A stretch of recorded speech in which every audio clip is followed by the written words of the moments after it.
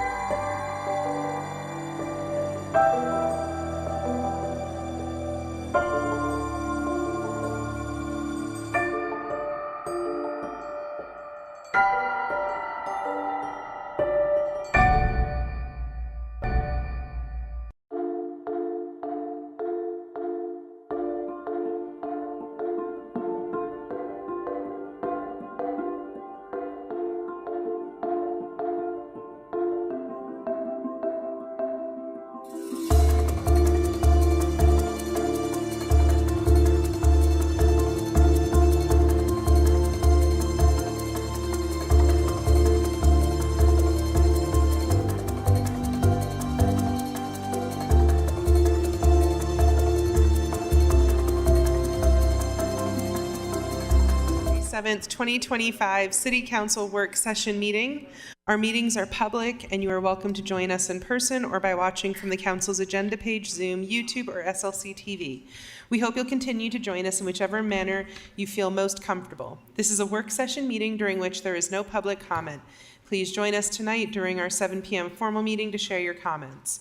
We, of course, welcome your feedback anytime by mail to P.O. Box 145476, Salt Lake City, Utah, 84114-5476, by email at council.comments@slc.gov, or via our 24-hour phone comment line 801-535-7654.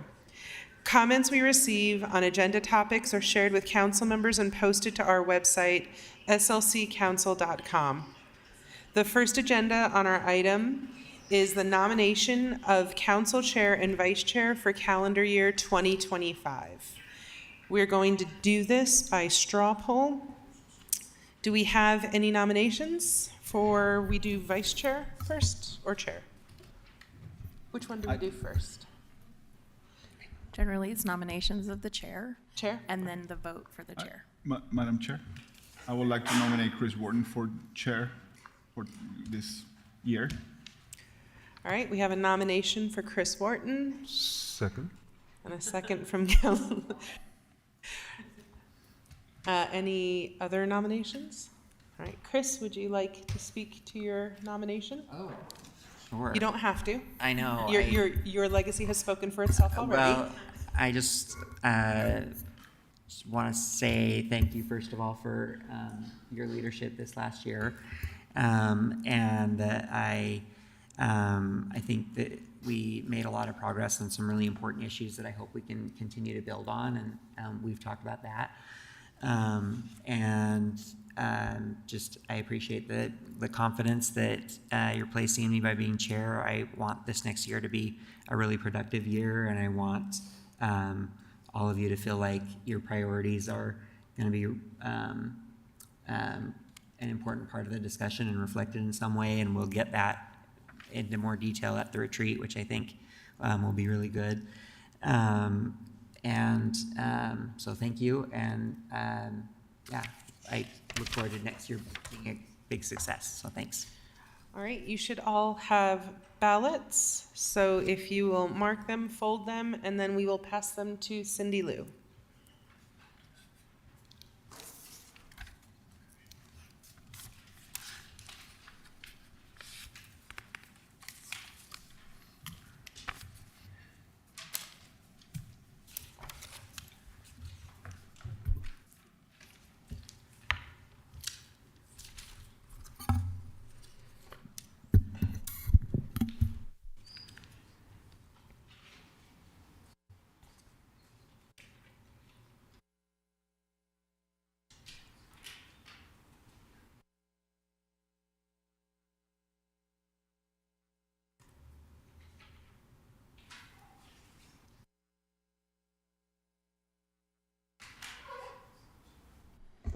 Madam Chair, the written record confirms that all council members have voted unanimously for Chris Wharton to be the chair.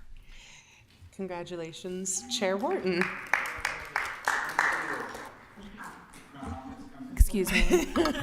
I'm sorry, Madam Chair. I did have one correction. There was one vote. Councilmember Ava Lopez voted for herself. So was that unintentional? Okay. Then we can both stand in the record and we'll correct it that it is unanimous. Okay, so let's move on then to the vice chair nominations. Madam Chair, Yes, sir. I would nominate Council Member Alejandro Puy for Vice Chair for 2025. Thank you. We have a Second. that nomination is seconded. Any other nominations? Councilmember Puy, would you care to speak to your nomination? Well, thank you. Even though that I asked you to do it, thank you for doing it. No, I'm excited for the opportunity to serve in that role and to learn from your experience, Chris, and being the eldest in seniority. Most senior council member here, and also, by this last year, we learned that we can accomplish incredible things, even to the breaking point. That hopefully we don't get to that level, but that we can accomplish a lot more in this upcoming year. So thank you. All right. If you will take the vice chair election, your name goes on top. Your candidate is checked below. And then we'll pass those to Cindy Lou. I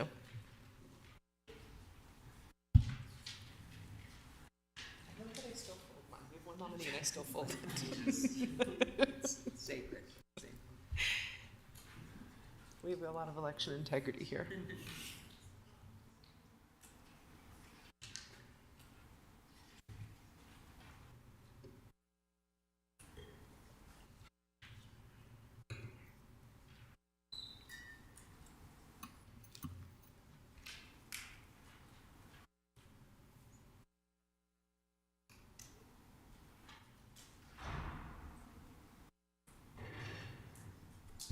Thank you, Madam Chair. And with the written record provided through the ballots, it is a unanimous vote by all council members to elect Councilmember Puy for vice chair.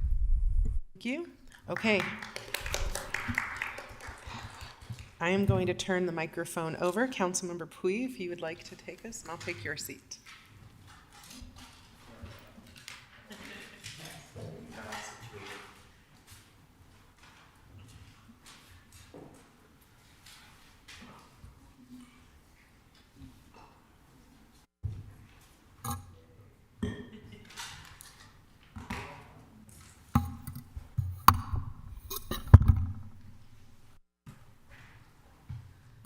Okay, and I I forgot to bring a printed script. Okay,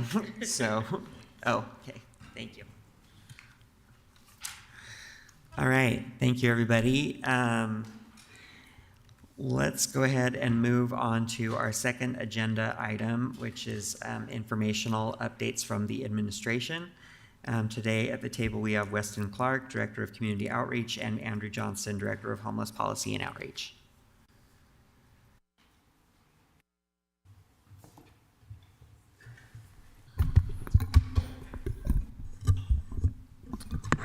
All right. Hello, Council. Congratulations, Mr. Chair and Mr. Vice Chair. Going to the first page of our community engagement highlights is just our reminder for our feedback page, where we try to collect most of the opportunities for engagement and surveys and other projects in the city. Next page. A couple of quick updates. As the gears of engagement start winding up for 2025, it's a little bit light, but just a reminder that the 600 700 North project had a well-attended open house in late December, received some very good comments and general approval of the project. Bids and contractors are next, with some expectation that the contractor will be meeting with the community, and this construction is expected to start this spring. 2100 South is picking back up again between 700 East and 1100 East after a holiday break. But the good news is the project is still on track for completion this year. Next page. I will cover this very briefly because I know you are receiving a more in-depth briefing on this later and probably a much better opportunity to ask questions. But our pickup days are changing in the city, which is very exciting, just to add a little excitement in 2025 for everybody. Thursdays, if your pickup days were on Thursday, they're going to stay the same, but everybody else will change. Mondays are switching to Tuesday, Tuesday to Monday, Wednesday to Friday, and Friday to Wednesday. And flyers have already gone out. Many of you have probably already seen that.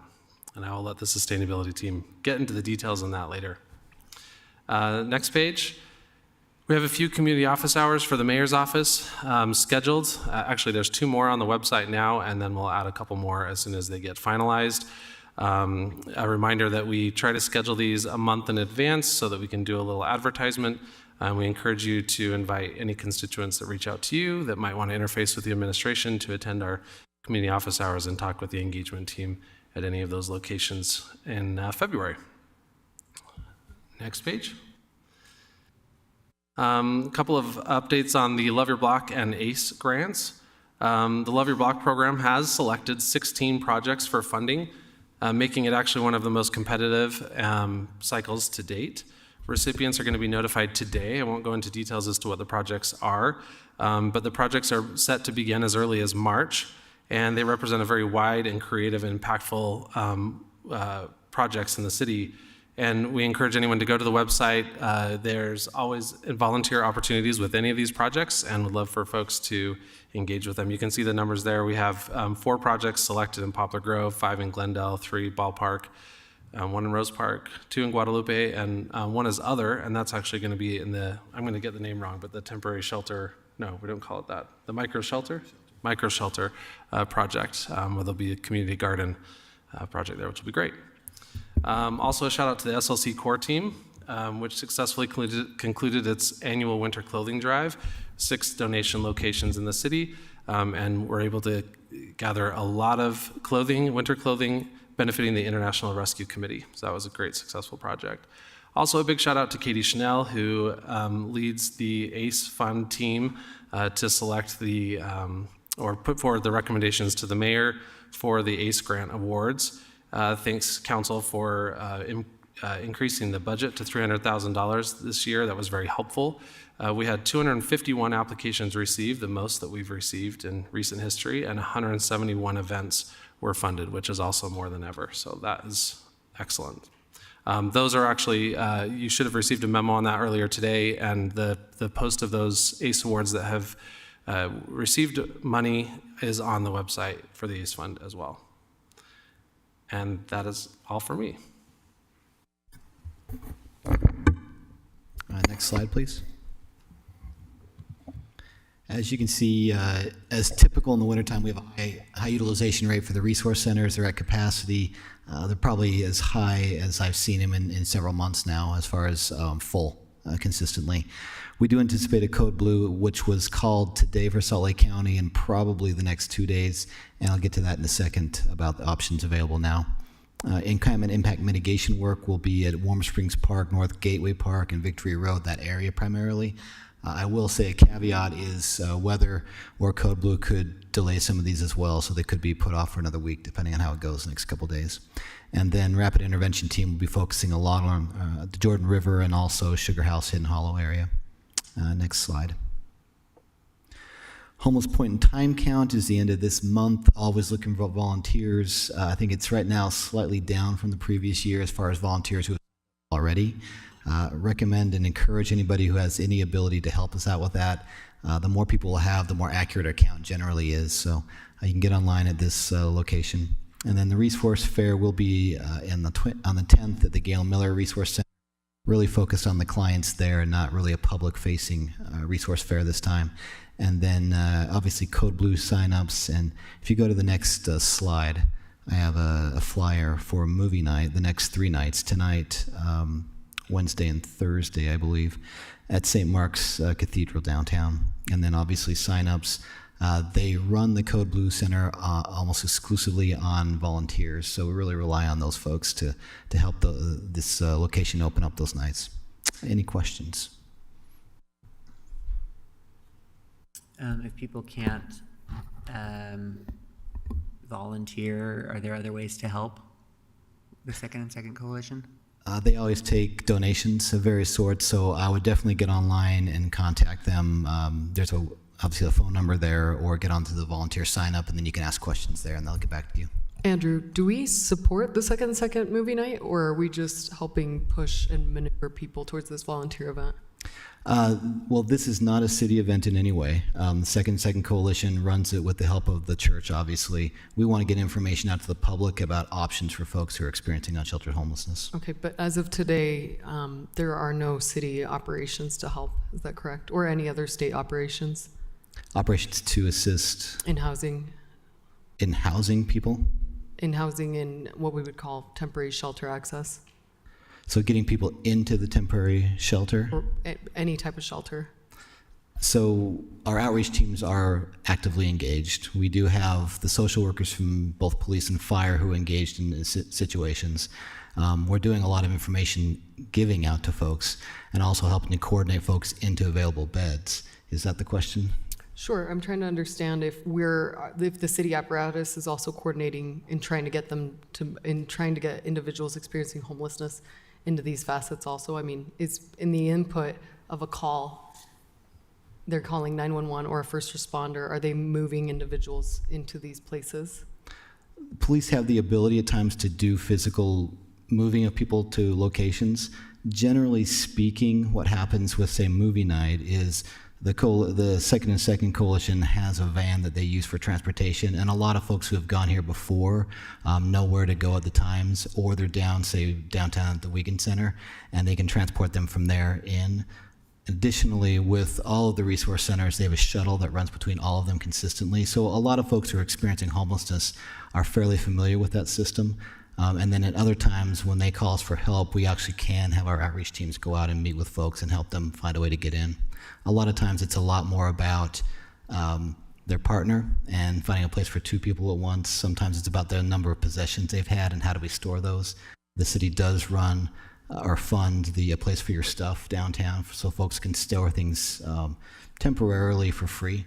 So those are all city efforts to help surround folks with support so they can get into shelter and stay in shelter. Okay.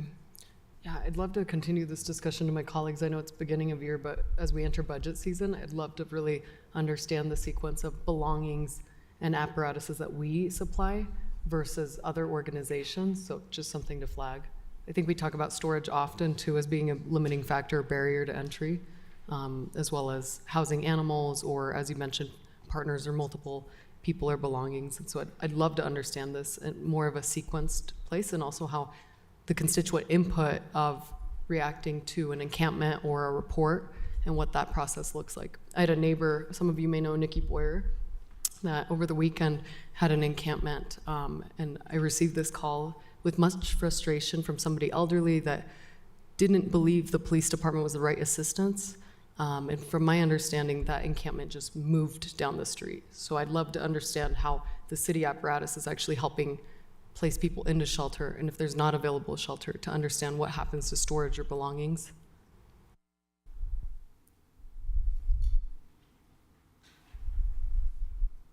Okay. Any other questions?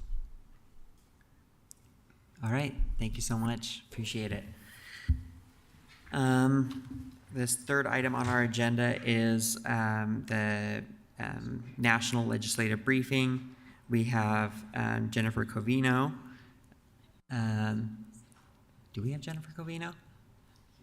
Okay, yes, joining online. And Angela Price, the director. Where? Hold on. Sorry, I don't have Jennifer Camino online at the present moment. Oh, okay. Oh, let me text her. I think she had a time certain at 2:30, so let me tell her to jump on. Oh, okay. We can, yeah, okay. Hold on. Do you want to? Start your state. Yeah, Angela, do you want to start talking about the state piece? Okay. Yeah. That's our fourth agenda item is the state legislative briefing. So if you want to just, yeah. Yes, happy to. Congratulations, Councilmember Wharton and Councilmember Pui, on your new leadership role. Looking forward to working with you. I'll do a state update, and then when Jen gets on, we can switch to federal. And I know Kate's going to be joining us as well. It feels like we're already full session, and it's 2 weeks away. We have almost 200 bills introduced already. And that seems very high for being this far out. And a lot of those are committee bills that we saw during the interim, but certainly some new bills coming out as well. Today I was going to talk through what our city's legislative priorities are, some of the things that we've been hearing from the state as far as priorities, and then answer any questions that you guys might have for me. And I believe I'll have a standing time on your agenda during the session every Tuesday at 5-ish to give you guys a briefing on what exciting things are happening on the Hill during those 45 days. So our process of determining our city legislative priorities is during the spring, I send out a request to all of the departments within the city and to the city council asking for legislative priorities. And these can be things that are defensive in nature. For example, we know something may be coming that would impact the city. They could be technical code changes that we want to see, or they could be proactive policy. I take that list and I overlay it with the state's interim priority list. And that helps us kind of whittle down to, basic subject topics that we want to be tracking that are both priorities of the city and policy areas that we know the state are going to be working on. And so these are in no specific order. But certainly focusing on the Olympics and that really exciting opportunity for Salt Lake City and for the state. And transportation is always a priority of the city, and expanding our opportunities for transit, for walkability within our community, for additional funding, both through UDOT and through UTA. This year, we're also having some conversations around the Boise to Vegas rail line, and then any safety that we can have around our Zero Fatalities initiative around crosswalks is also a priority, and railroads. Housing and homelessness is probably the city's top priority, as it has been for the past few years. This year, there's several policies that are moving through the Land Use Task Force and also the Commission on Housing Affordability. The governor has come out pretty heavily in his desire to create more home ownership opportunities. And so we're really excited about the expansion of that and what that could look like for Salt Lake City.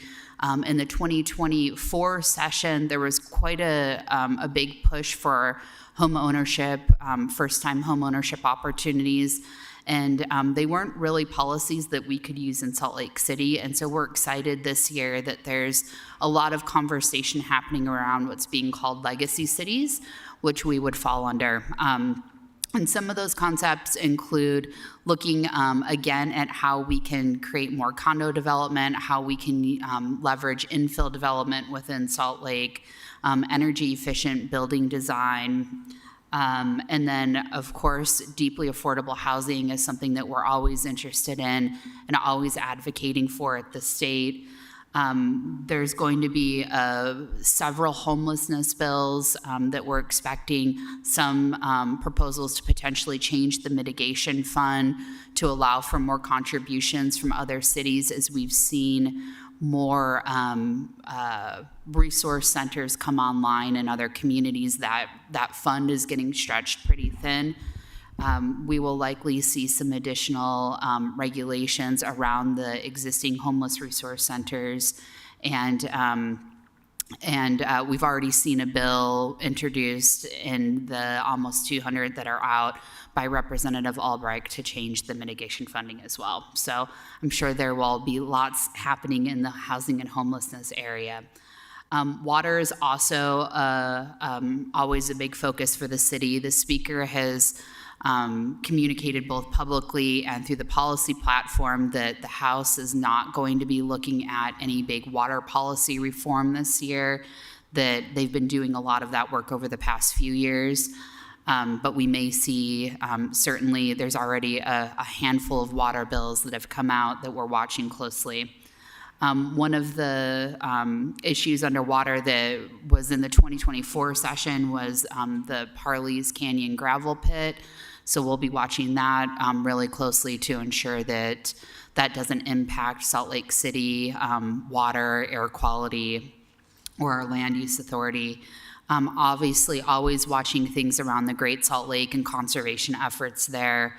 During the 2024 session, there was some technical bills that passed around MS4 permitting, and so we are going to be keeping an eye on that, and that's, again, stormwater permitting for the city, and then always working to protect our watershed authority.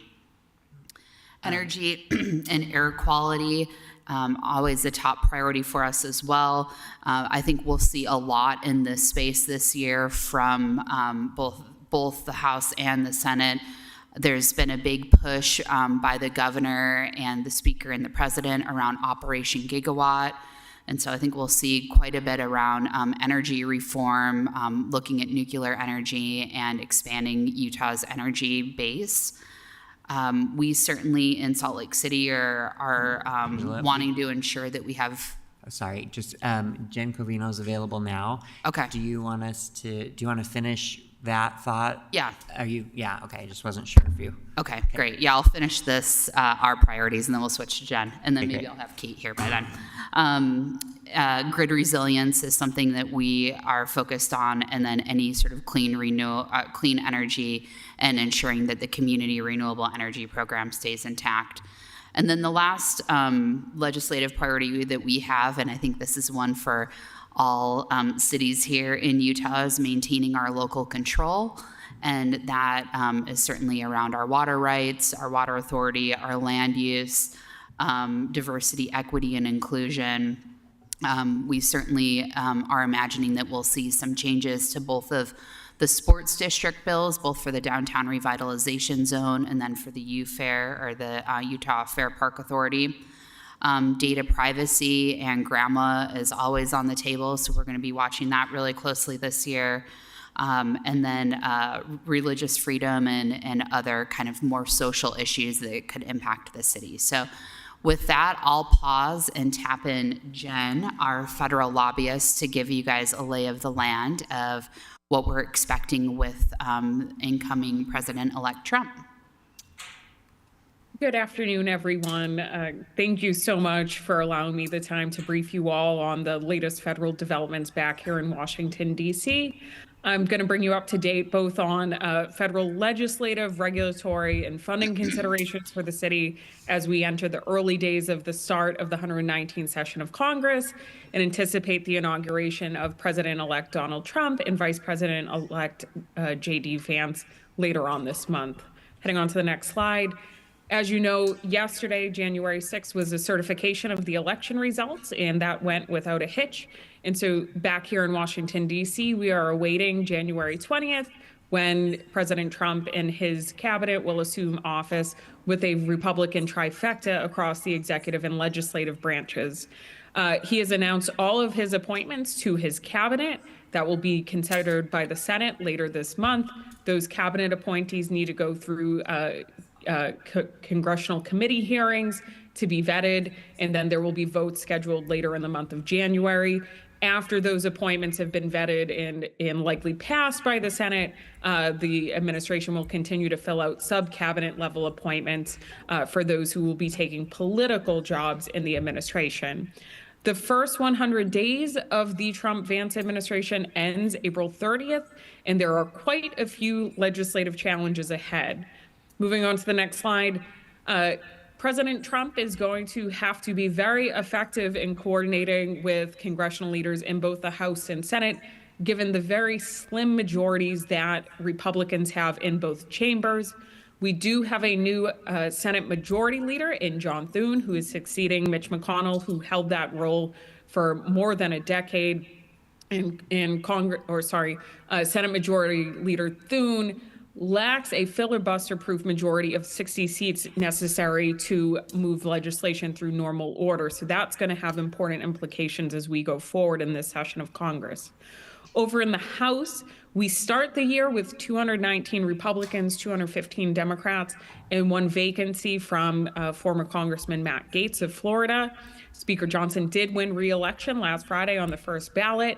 However, he will need to be very strategic in terms of avoiding any intra-party infighting as we continue on, particularly given the fact that President-elect Trump has appointed 2 additional Republicans from the House to fill roles in his administration, which will leave a 217 to 215 majority for the Republicans in the House until those 2 additional vacancies are filled later in the year through special elections.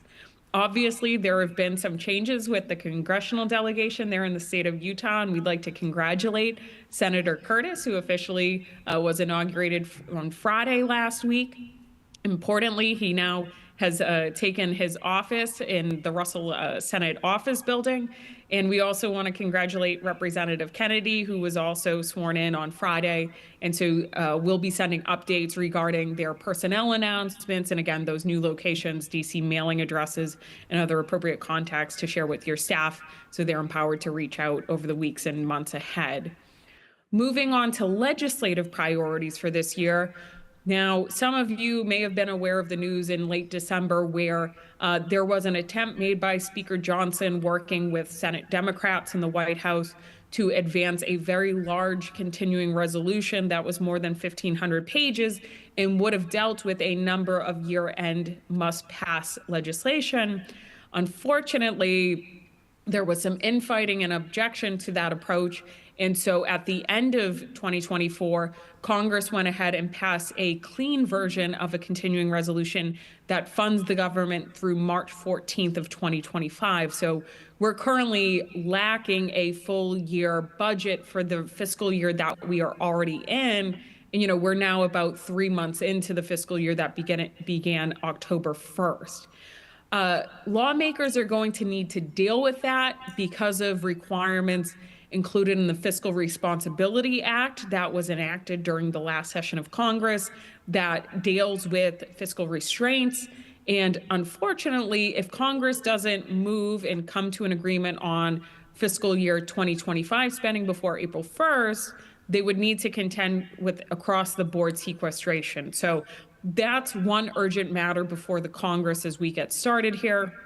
On Friday, following the election of Speaker Johnson, the House went ahead and adopted a formal rules package that governs their operations for the year ahead. And within that rules package, House Republicans did include vignettes of 12 priority bills that are to be considered the top sort of legislative priorities for leadership over the next few months. Those 12 priority bills are now being filed in real time, and we'll look forward to providing you with further updates on bill text as it becomes available. But those bills that were flagged as priorities deal with issues ranging from immigration enforcement and sanctuary jurisdictions eligibility for federal grant dollars, as well as Title IX and changing regulations to fulfill gender identities assigned at birth, as well as some legislation to require proof of U.S. citizenship to register to vote. Now, those, again, are sort of the signals that the House Republican majority want to put out there as top priorities for this session of Congress. But again, the calendar is going to dictate that they are taking action on other urgent issues in these early weeks and months of the session, including needing to address the debt ceiling and, given the political circumstances of the day, likely doing that in conjunction with deficit reduction strategies to fulfill some demands predicated by the House Freedom Caucus. Speaker Johnson, as you know, has a very slim majority, and so there will be likely need to make concessions to ensure support across the entirety of the GOP caucus within the House. As I already mentioned, the current continuing resolution will be expiring in mid-March. We're hoping that Congress will reach a resolution in a full-year omnibus budget agreement so that work can begin in earnest on fiscal year 2026 spending bills. Now, this is where, in the appropriations process, the city will have an opportunity, we hope, to offer its request for community project funding over in the House of Representatives. That is the process formerly known as the earmarking process. So we'll look forward to working with the city staff on developing ideas and proposals for submission to your members of Congress who choose to participate in that process later on in the winter and the early spring. Of course, Congress also needs to contend with expiring authorizations that went unaddressed at the end of the 118th session of Congress. Those authorizations include the Workforce Innovation and Opportunity Act, which oversees workforce development programming in the United States, the Older Americans Act, which oversees health and nutrition programs and assistance for seniors. And there are a number of other expiring authorizations that, again, Congress will need to address ahead of deadlines later on in the year that, again, will strain their bandwidth and ability to address other matters. Finally, we would call your attention to the Congressional Review Act, which empowers lawmakers on Capitol Hill to rescind Biden-era regulations that were implemented in the final months of this administration. So there will certainly be interest from Republican members in reviewing regulations that they would like to see discarded. Moving on to the next slide, as I mentioned, Senate Majority Leader Thune does not have a filibuster-proof 60-vote threshold in the Senate. Therefore, the Trump-Vance administration will need to work with lawmakers to make good use of the reconciliation process that can be advanced through the House and then the Senate utilizing a simple majority. So in the Senate, that would be at least 50 votes, plus the vice president potentially as a tiebreaker. But the Republicans have 53 votes in the Senate, and so they should have some room to utilize this method going forward. Now, the reconciliation process is a complicated one, and the Byrd rule, which you may have heard of, requires that any legislative provisions included in a reconciliation measure produce changes to spending and revenues receipts with budgetary impacts that are not merely incidental to the proposed policy change, meaning that you cannot merely propose changing policy unless you are trying to assert some budgetary outcome. So when we look at application to something like immigration policy, for instance, lawmakers would likely be able to pass muster around appropriations for border security or enforcement, but they will not be able to change immigration, refugee caps, et cetera, unless the Senate parliamentarian decides that those changes are beyond sort of that merely incidental threshold. So we do expect that the Senate parliamentarian will scrub any reconciliation process for any policy provisions during what is known as the birdbath process. And so with that, I would just say pay close attention to those conversations over the weeks and months ahead as lawmakers try to work on a package. On the next slide, just providing a quick overview, we expect that President-elect Trump and his team will be working with lawmakers to develop what's estimated to look like a $5 trillion reconciliation package that may be considered in either one or two phases to be determined. And right now, the current target is for lawmakers in the House to be able to consider that package sometime in late April or early May, although I think many folks might have some concerns around that timeline, given, again, the slim margins in the House and some of the subject matter they're going to be looking to contend with. There will be a national security component of that legislation that contends with immigration enforcement and border security. We also anticipate that they will get into energy policy within that national security package. They also want to focus on economic policy. And of course, 2025 will mark the end or the expiration of the Tax Cut and Jobs Act, which was a major legislative accomplishment of President-elect Trump's first term. So as we go forward here, we're looking at an extension or expansion of those Trump-era tax cuts. From a local government perspective, I wanted to flag for your awareness that it seems as though lawmakers do want to move ahead with the president-elect's suggestion of excluding tips from taxable income. For those of you in local government, of course, we're interested in the elimination of the state and local tax cap that was established at $10,000 during the last go at tax reform. In terms of opportunities that city leaders should be aware of, there may be some possibility of looking at an expansion of housing tax credits.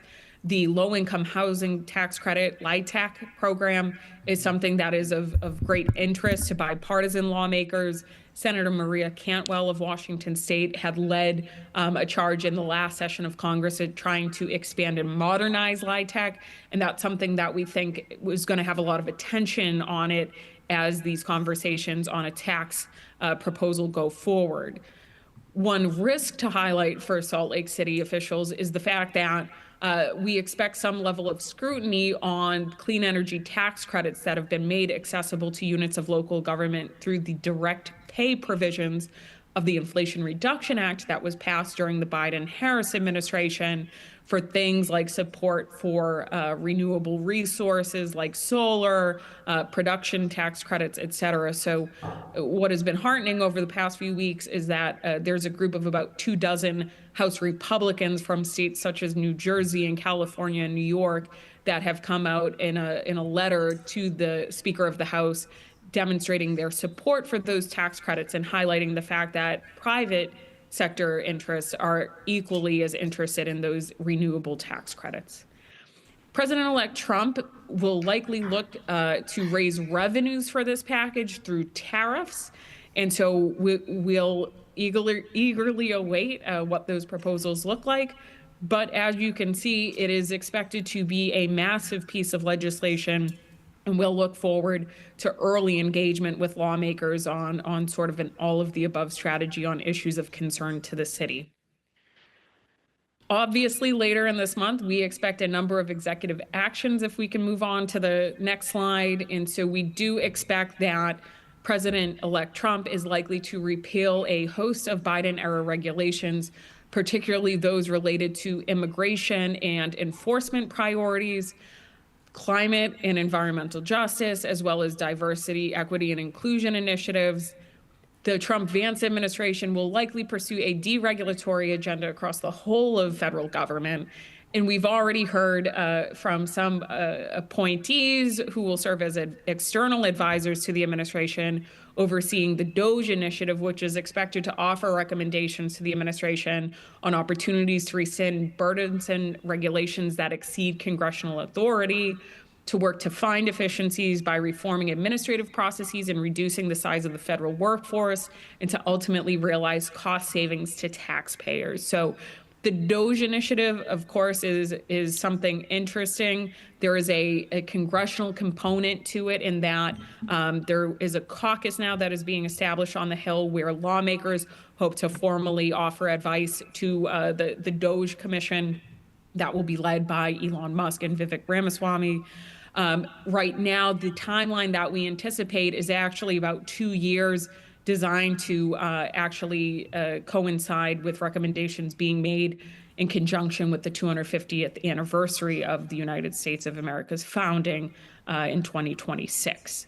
Moving on to the next slide, we've heard a lot of concern from local government officials about the implications of the incoming administration's efforts to address immigration policy. And so what we want to offer at this point in time in terms of what to expect is sort of a variety of different actions that could be taken in the early weeks of the administration. So we just want to share these thoughts with you in terms of informing your processes there in Salt Lake City. But we will expect that the Trump-Vance administration will look to rescind Biden-era enforcement priorities and to expand the powers of the Customs and Border Protection and Immigrations and Customs Enforcement to detain and deport on any undocumented individuals. Part of rescinding those Biden-era enforcement priorities may also include reinstatement of several grant requirements, such as compliance with Section 1373 of the U.S. Code. And that is something that would be, a reinstatement of the first Trump administration's grant conditions for cities and other entities at the local level. We're also going to expect that President-elect Trump may proceed with terminating legal status by ending temporary protected status designations for several different populations or programs like Operations Allies Welcome, the Unite for Ukraine efforts, et cetera. We expect there to be some restrictions, further restrictions on lawful immigration, and likely caps on refugee admissions. Under the previous Trump administration, we saw refugee admissions capped at 15,000 a year, down from about 100,000 a year. And so that's something, again, we would expect to see going forward. There will likely be resumption of the construction of the wall along the southern border, which could occur with support from the military. Obviously, when it comes to local government considerations, I would say we need to be paying attention to any efforts to deputize local law enforcement utilizing 287G agreements and increase expedited removals. And then when it comes to the city's, responsibilities in terms of federal grant administration or federal benefit administration, we expect some efforts to restrict public assistance to either undocumented individuals or mixed status families. And so this is something that I will just say in the context of your utilization of HUD vouchers or distribution of HUD funding for fair housing initiatives. We just want to ensure that local governments are aware of the fact that there are efforts underway on Capitol Hill to ensure that jurisdictions are not allowing for the use of these public benefits to those who are considered undocumented. So moving on to the next slide, we want to make you aware of legislative efforts that are already taking place on Capitol Hill that would restrict sanctuary jurisdictions' eligibility for federal resources. Since Friday, January 3rd, the start of the Congress, at least 3 bills have been filed.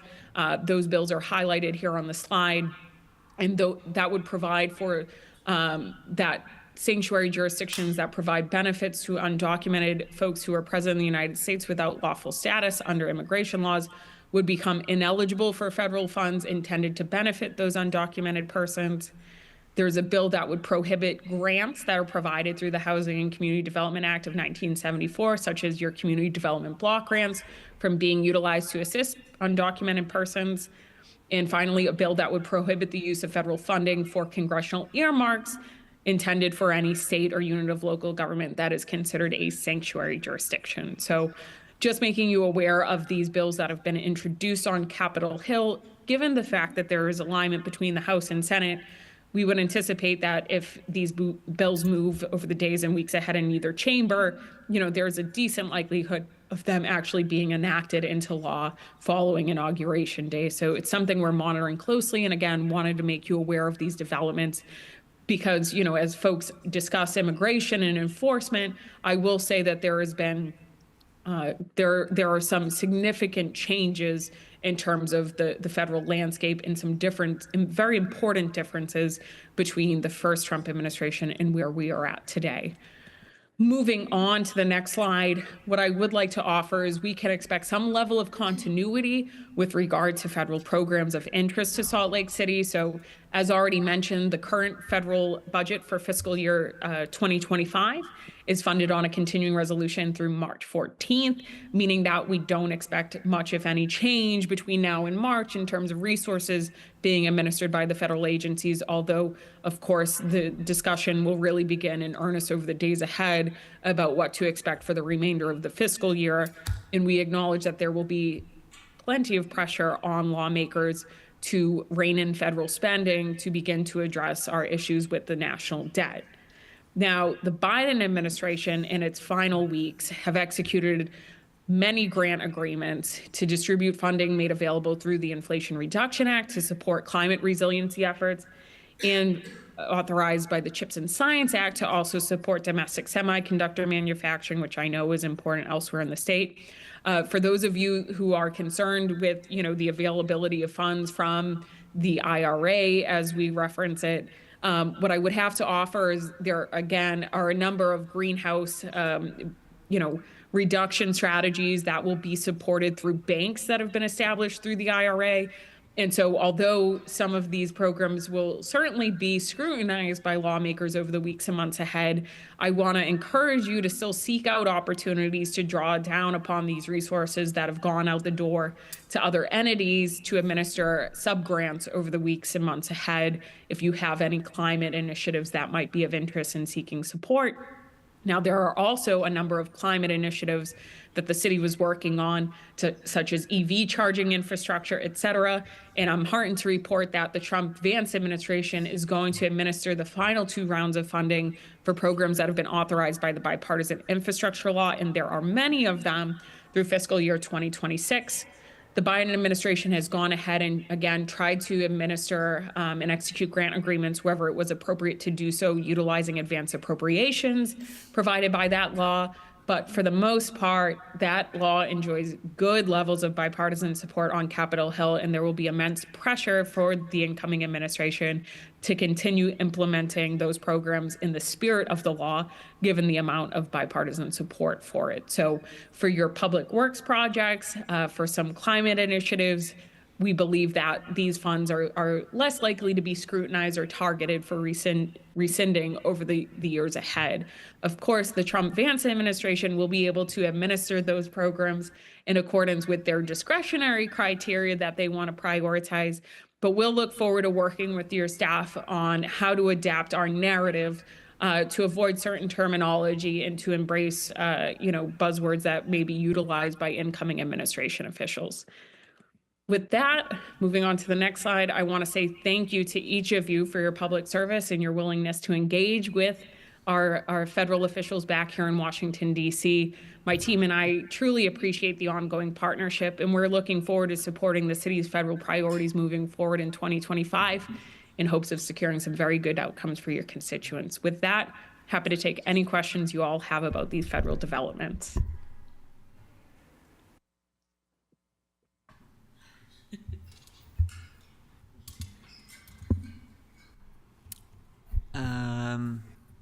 Here, I've got a question. Yeah. Jen, thank you for the presentation. In regards to LIHTC housing, can you expand further how that might individually change our supply of affordable housing developments, specifically in the downtown of Salt Lake City? I know that's something that's been advantageous to a lot of our developers.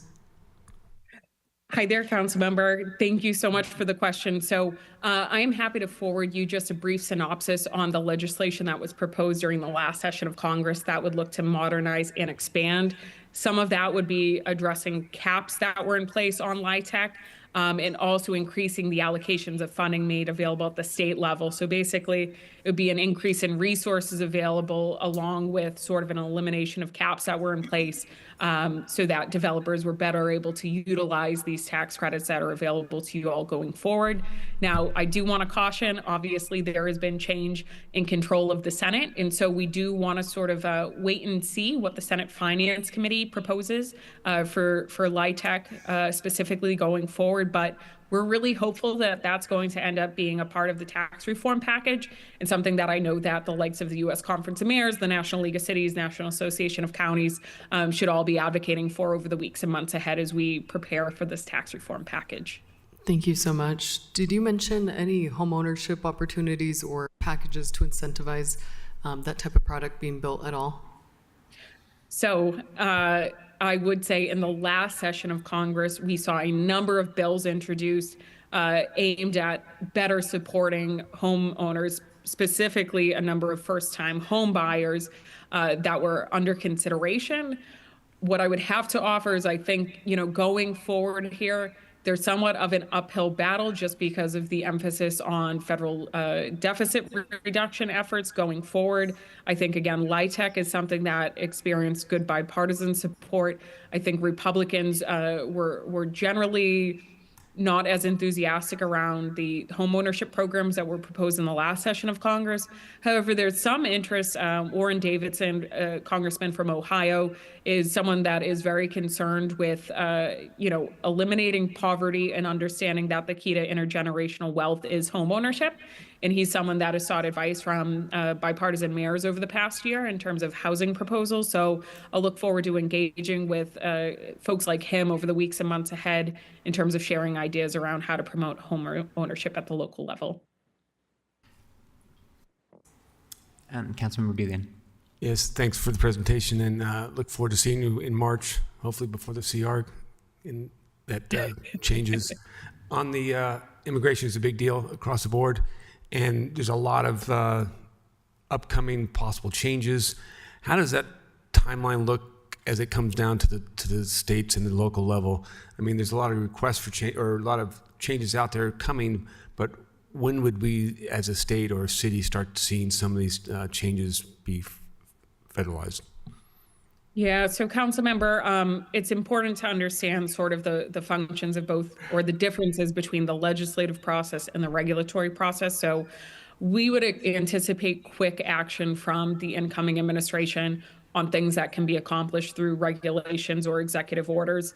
And so as an example of that, I expect that the U.S. Department of Justice will quickly reinstate grant conditions for any state and local grantees to self-certify compliance with Section 1373 requirements. That was something that was in place during the previous Trump administration.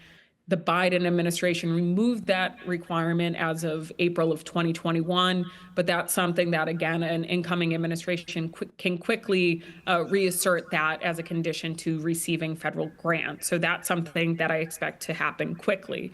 Other executive actions that we expect, of course, there are rumors swirling about mass deportations. From our understanding, there is potentially a list of about 1.3 million individuals who have been flagged by the current Biden-Harris administration. And we understand that the incoming administration will prioritize those individuals for removal, along with those who are understood to be guilty of felonies and other criminal acts. Of course, now I just want to allude to the fact that we're also monitoring legislative developments over on Capitol Hill. Now, as I indicated before, any legislation to make it through both chambers is going to need to go through the budget reconciliation process in order to avoid needing to clear a 60-vote threshold in the Senate. So that big, massive reconciliation package will likely be sort of the first vehicle that will move and contain any major reforms sought to be enacted by the Congress on immigration policy, although there's already been some votes on other bills, including one today in the House. But obviously, the legislative process is a slower process that we should anticipate will likely have weeks, if not months, to prepare for those changes forthcoming through legislation. Again, I would be more concerned with the early actions that the incoming administration is going to take through regulations, enforcement priorities. Again, we're anticipating that President-elect Trump is going to move away from the Biden-era enforcement priorities that de-emphasize targeting populations that have not been convicted of crimes for being in the country. And so with that, I hope it's a hopeful overview. I would be most concerned, again, around the grant conditions coming back into place very early in the administration.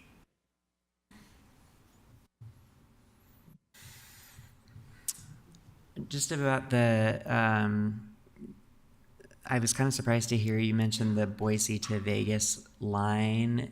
Do you think that'll still be a priority for this administration, or is that because that funding's already there?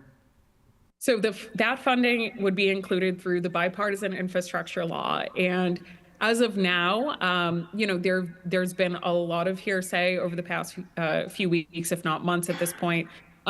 Thankfully, though, the bipartisan infrastructure law really enjoys some good bipartisan support. And so one other thing I would have to offer is from my conversations with Secretary Buttigieg's staff, they have provided some assurance that Federal Railroad Administration, which oversees the corridor ID program that's of interest as a potential funding path for the reestablishment of that line, is probably amongst the least political agencies. There's only 4 or 5 political appointees who are at the helm of FRA. Most of it's controlled by career level officials who really look to the utility and the honest to God, cost benefit analysis for any of these projects. And so with that being said, President-elect Trump has actually recently appointed David Fink to become the next Federal Railroad Administrator, and he's someone that comes from industry and has received some applause from folks like the American Public Transportation Association. The CEO of Amtrak, Stephen Gardner, heralded the appointment. So I think it feels like good news. It does not feel like it's a burn the house down situation when it comes to administering those bill programs going forward. My one caveat I would offer is just, I think, in terms of all those involved as project sponsors, just emphasizing public benefit and a very good cost benefit analysis is something that we need to be mindful of going forward when we're making the case. Okay. Any other questions for Jen? All right, well, thank you so much, Jen. It's good to see you virtually, and I hope to see you soon in March.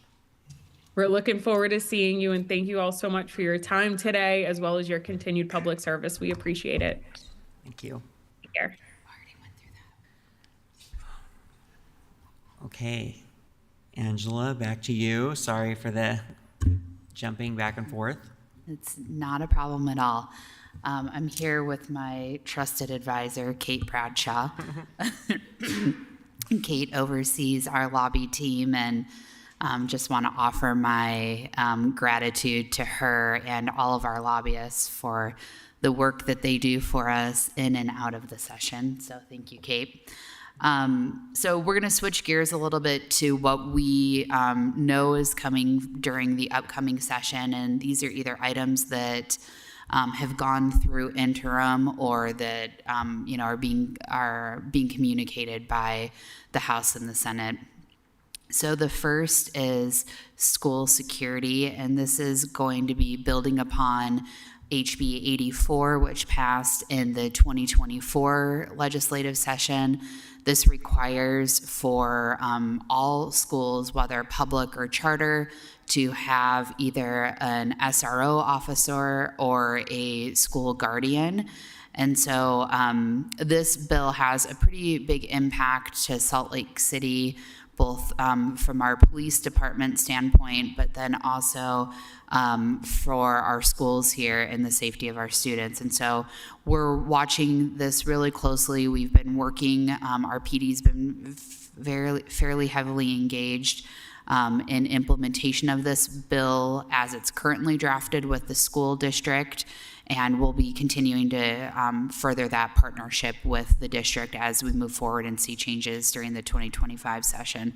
And Kate, feel empowered to chime in at any point if you have anything you want to add. Judicial reform is something that we're expecting from Salt Lake City's perspective. We certainly want to keep an eye on this of potential impacts to our justice court here or our prosecutors. We don't know what the judicial reform package may include, although I think Kate is going to add something here. The speaker was just asked this question, and he laughed and said he wasn't going to answer it. So we don't know what we're going to get as far as judicial reform, but as far as Salt Lake City is concerned, we certainly want to ensure that our justice court stays intact, that we're able to continue offering our community-based programs that the justice court offers. I was only going to add the color commentary that at the meeting we were at, the question was asked and Kate, the I'm speaker- sorry. Can I get you to turn your microphone on by pressing the green button, please? It's green. Thank How about you. if I just talk closer? Anyway, it was a comment on the color commentary from our lunch meeting where the speaker did laugh and declined to answer. So I do think we'll expect something there that. Do you think that will include redrawing of judicial districts? I think the legislature has some frustrations broadly with the judiciary related to the amendments that were removed from the ballot. I think the most straightforward way, if they wanted to imply their displeasure at a greater level, would probably be to just remove funding or not fund different requests that are brought forward by the judicial branch globally. That would probably be the easiest and most straightforward. That you could look at some things early on in the session during the base budget process. Those would probably be more painful than just choosing not to fund different growth or inflation requests or different things like that. But it could go as far as other things. Have you heard about? Because I remember that was a discussion a while ago, a couple sessions ago, redrawing. They did have that discussion. I think that proved to be expensive. And so that kind of put them into a study mode and slowed that process down. So I don't know that that's the path they would go if they were trying to address some of their frustrations from issues during last election. Moving on to the next item, and I talked a little bit about this in my update before, Jen, which is home ownership opportunities for legacy cities. And there's kind of a whole suite of policy that's falling under this category. Anything from changing parking regulations, garage requiring or not requiring a garage, looking at different land use regulations, for example, adopting a density overlay zone. Our concern with those proposals specifically is that they don't undo any of the ordinances that you guys have already passed as a legislative body here in Salt Lake. So we want to preserve the land use requirements that we've put in place that are identified both in Thriving in Place and in Housing SLC, and that have been vetted through our community process here in Salt Lake. And we get a lot of credit at the Capitol for our strong affordable housing initiatives and the legislative work that you and the mayor have done in that space. So a lot happening in the land use realm. The future of Rocky Mountain Power is something that we are keeping a very close eye on, as that will have an impact on our ratepayers here in Salt Lake. That's not necessarily a policy area that we potentially would engage in, but we certainly want to make sure that our ratepayers aren't seeing substantial increases with the potential for the disbandment of Rocky Mountain Power. And then, as I mentioned before, ensuring our ability to look at clean, renewable energy sources, grid resilience, ways that we can improve our air quality, and then preserving the community renewable program. I know, Kate, you work a lot in this space. Do you have anything you want to add there? Energy policy is clearly going to be a priority for the legislature. You have a couple different systems, from the co-op system to the municipal system to the investor-owned utility system, which is the Rocky Mountain Power system. Senator Scott Sandel, Representative Colin Jack have been designated as the point legislators, so the major legislation will come from those two legislators. Scott Sandel will likely have start the bills that deal with Rocky Mountain Power on the Senate side, and he does have a bill at this point dealing with large customer loads. That's been identified as a pinch point in Rocky's ability to serve new, in particular, data center AI-driven loads. So there's going to be a significant bill there. What exactly is in it and how he plans to address those concerns are still kind of under wraps, so that will be one to watch. And then the other is a bill from Representative Carl Albrecht that would remove the ability for Rocky Mountain Power to have an energy balancing account. There's been some concern by the legislature that what Rocky doesn't achieve in a rate case before the Public Service Commission, they use the energy balancing account. The EBA is the acronym. They use the EBA as an alternative way to still recover some of what they had originally requested. So that bill sits out there as kind of a probably a heavy hammer bill if some of these other reforms that they're looking at don't advance and don't seem to get Rocky Mountain's Power's attention to help engage with the legislature on finding solutions for some of these challenges. Thanks, Kate. The next is election security. You've probably seen in the media quite a few comments about election reform, both from removing the election office from the lieutenant governor to a standalone office, looking at mail-in ballots. We've already seen several bills around election that we're tracking here in the city. So I think there's going to be a hefty discussion around election and elections and transparency there, especially with some of the things that happened during the November election. Wildland Urban Interface and Wildfire Mitigation, or WUI, we've already seen a bill come out by Representative Snyder that went through November interim committee. This bill looks at insurance requirements for Wildland Urban Interface. There may be requirements for the city to adopt the state Wildland Urban Interface building code. And those are things that, that both our community and neighborhoods and fire department are watching closely, and maybe bringing proposals before you here in this upcoming year. I talked a little bit about data privacy. This is going to be a bill that we're going to see probably for the next few years.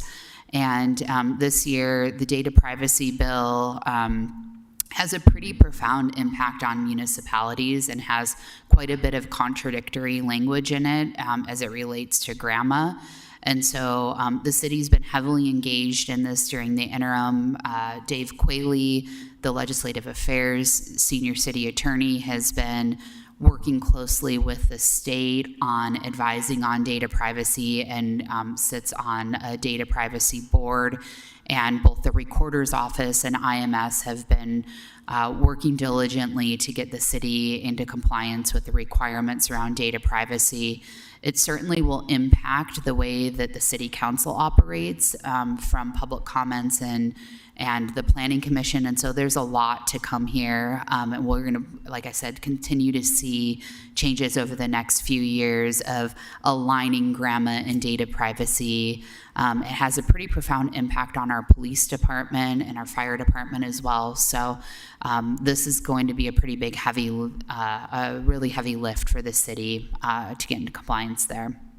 And we are meeting those deadlines now. There's they're extended out a few years. So I talked a little bit about land use already. There's already been numerous tax proposals that have been introduced, and they vary from changing property tax, changing sales tax structure. We are anticipating seeing some changes around the transit room tax. So always a whole host of packages around taxes that we'll be watching to ensure that there aren't substantial impacts to the city budget there. Anything you want to add on taxes, Kate? I think the challenging part for taxes is that the state has a very flat budget this year, and so anything they want to do on tax cuts won't be as big or as sweeping as they've looked at in past years. Representative Christofferson does have a bill that would reduce income tax. He's traditionally opened up a bill file early to make sure that conversation is had. I know that in the meeting we were at where the speaker spoke at lunch, the speaker did reference that as being a priority for the state to continue to reduce income tax, but given their relatively flat budgets, it may be smaller than they've done in past years. The governor has very much signaled he'd like to continue to reduce income tax for people who are receiving Social Security.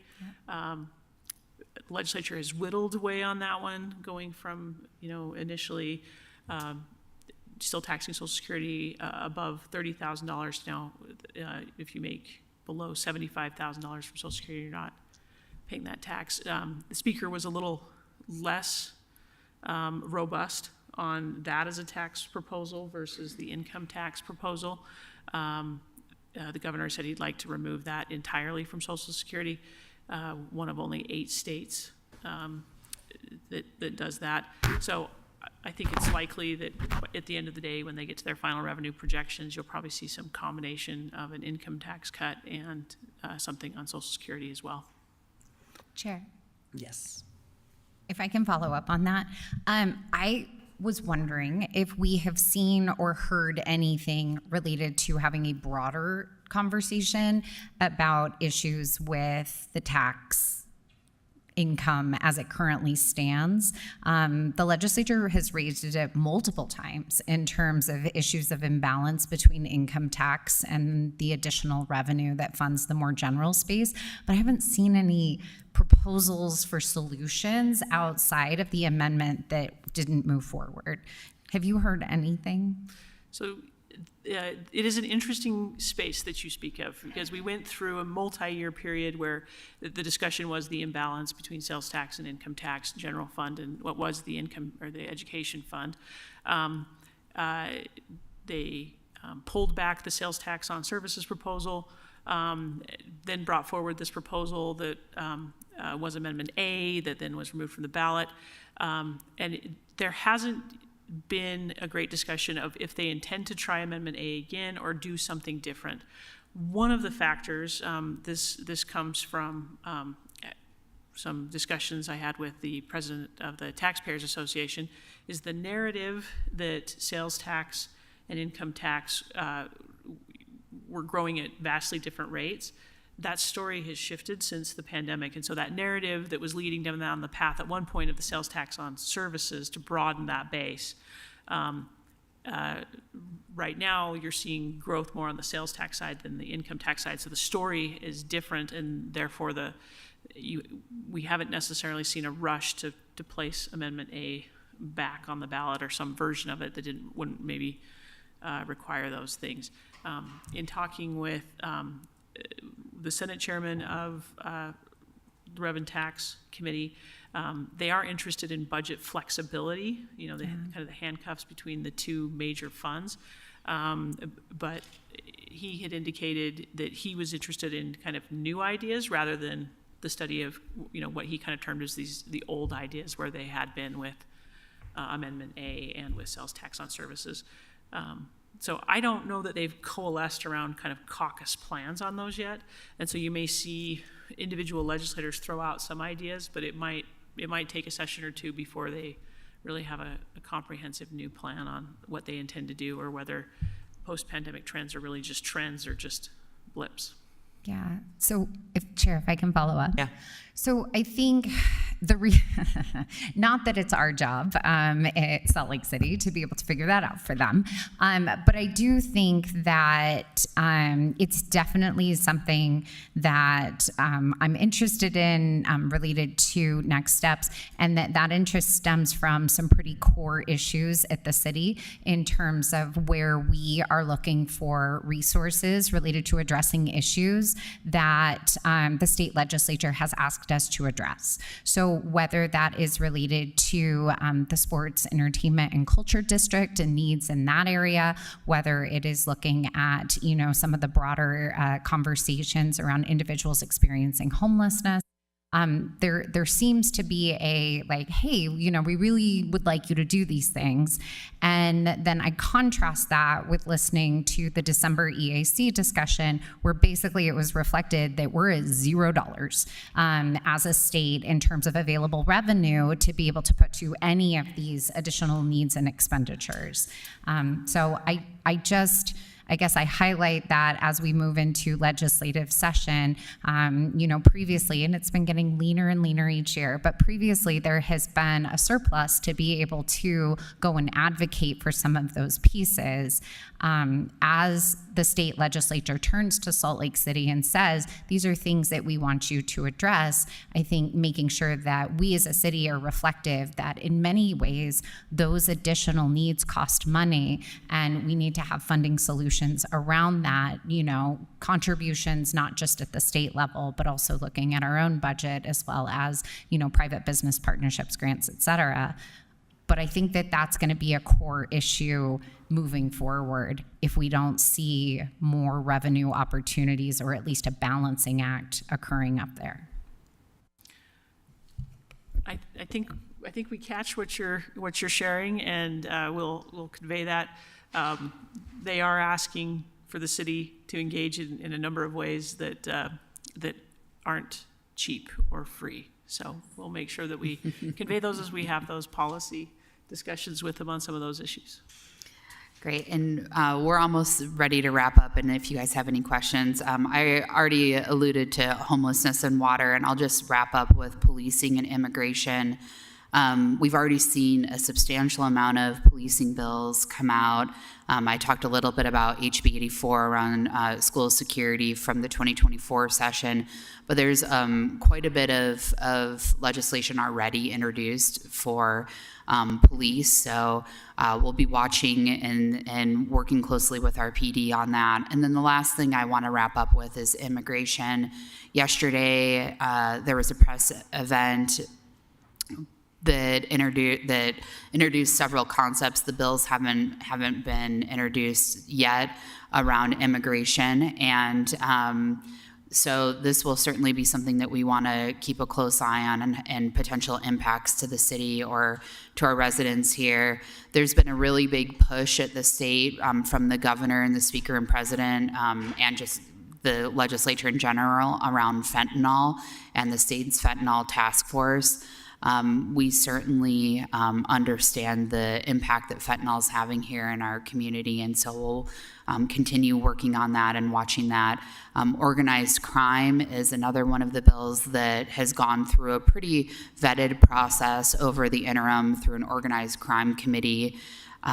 Repeat offenders, criminal penalties, human trafficking, looking at unlicensed drivers, and if police officers pull over somebody that's unlicensed, that we may have to tow their car, using E-Verify for all businesses, looking at property rights and removing individuals from property, adding assistance for English language learners to our school system, adding a 2% fee to foreign wire transfers, and then looking at detention capacity. So just putting this on your radar that immigration will be a really big issue both at the state and federal level. And we're happy to take any questions that you may have. Mr. Chair. Yes, Councilmember Dugan. Back to the home ownership part. A couple years ago, one of the requests to the group was, or I'll back up, in the bill, they had some funding, some loans, some support for single-family homes, first-time buyers, but it had to be a new construction. You know, Salt Lake City doesn't have a lot of new construction, and so we were always asking for, can we get that for first-time buyers of previously owned homes? And is that getting any traction anymore, or is it kind of dead on arrival as it has been for the last 2 years? I would say, unfortunately, it's not getting traction on existing construction. I had a meeting with the Senate president just before the holidays and raised it with him. You know, whether there was an opportunity for older cities with existing housing to somehow participate. And that legislation was a signature piece of legislation from the Senate president. He feels very strongly that we have to build more in order to reduce the pressures, and making, in his mind, it is making existing homes more expensive to spend the money there versus continuing to build new. I would say that similar sentiments expressed on the governor's side. I haven't had the opportunity to ask it as directly to the speaker, but two of the three really haven't moved on that point at all.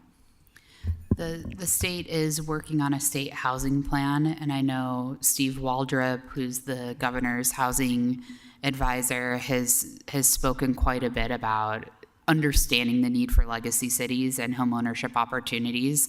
So it's very much on his radar, and I know we'll see some policy around that.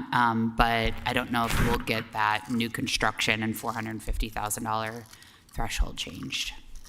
Yeah. Just, are there any other questions before I had one?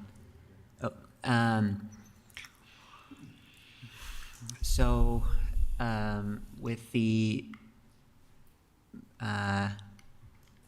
non-passage of expanding the jail beds available, we already had an issue of the state wanting to see more enforcement of homelessness and other crimes. And then we now, because of the results of the national election, that's likely going to implicate more ICE holds and more people who are going to be detained longer in the jail. How is that going to, how are we going to be able to accomplish, how does the state intend to accomplish those things without making the jail bigger? It's a great question.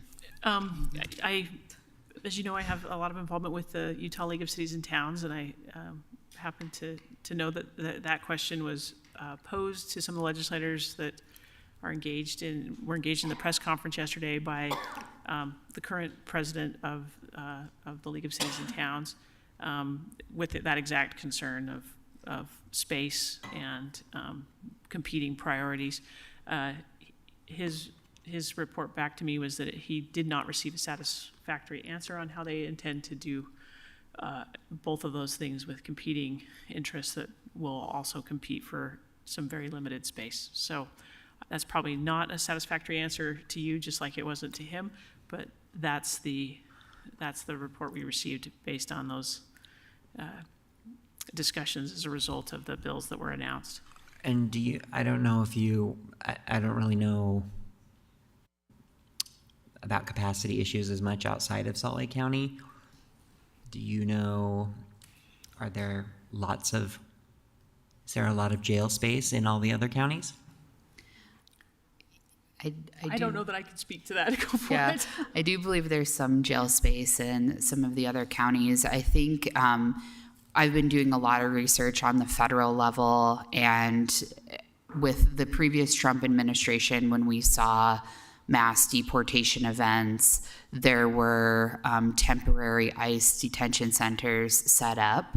And so I think there's certainly the possibility of something like that being set up in Utah if there are mass deportation events. And I think it's important to note as well that the jail is managed by the county, right, not by the city. And so we can do, our police officers are out working the streets and enforcing the laws here in Salt Lake City. And so we work with the jail space that we have and the availability there.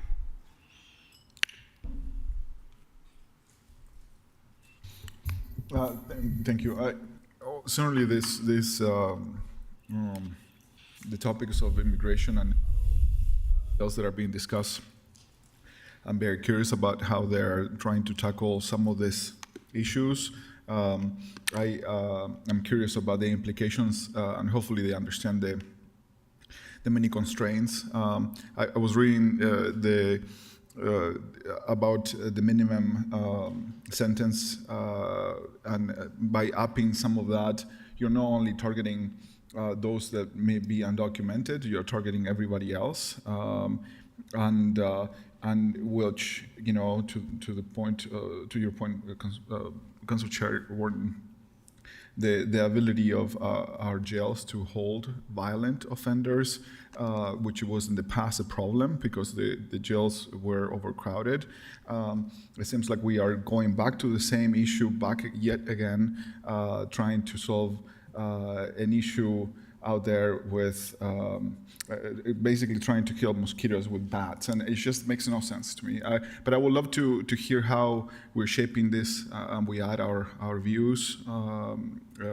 Certainly, I understand that there is many concerns in our community. I represent an area in North Temple that our police department is constantly working very hard to tackle some of the drug issues and getting thousands and thousands of fentanyl pills probably every week out of the streets.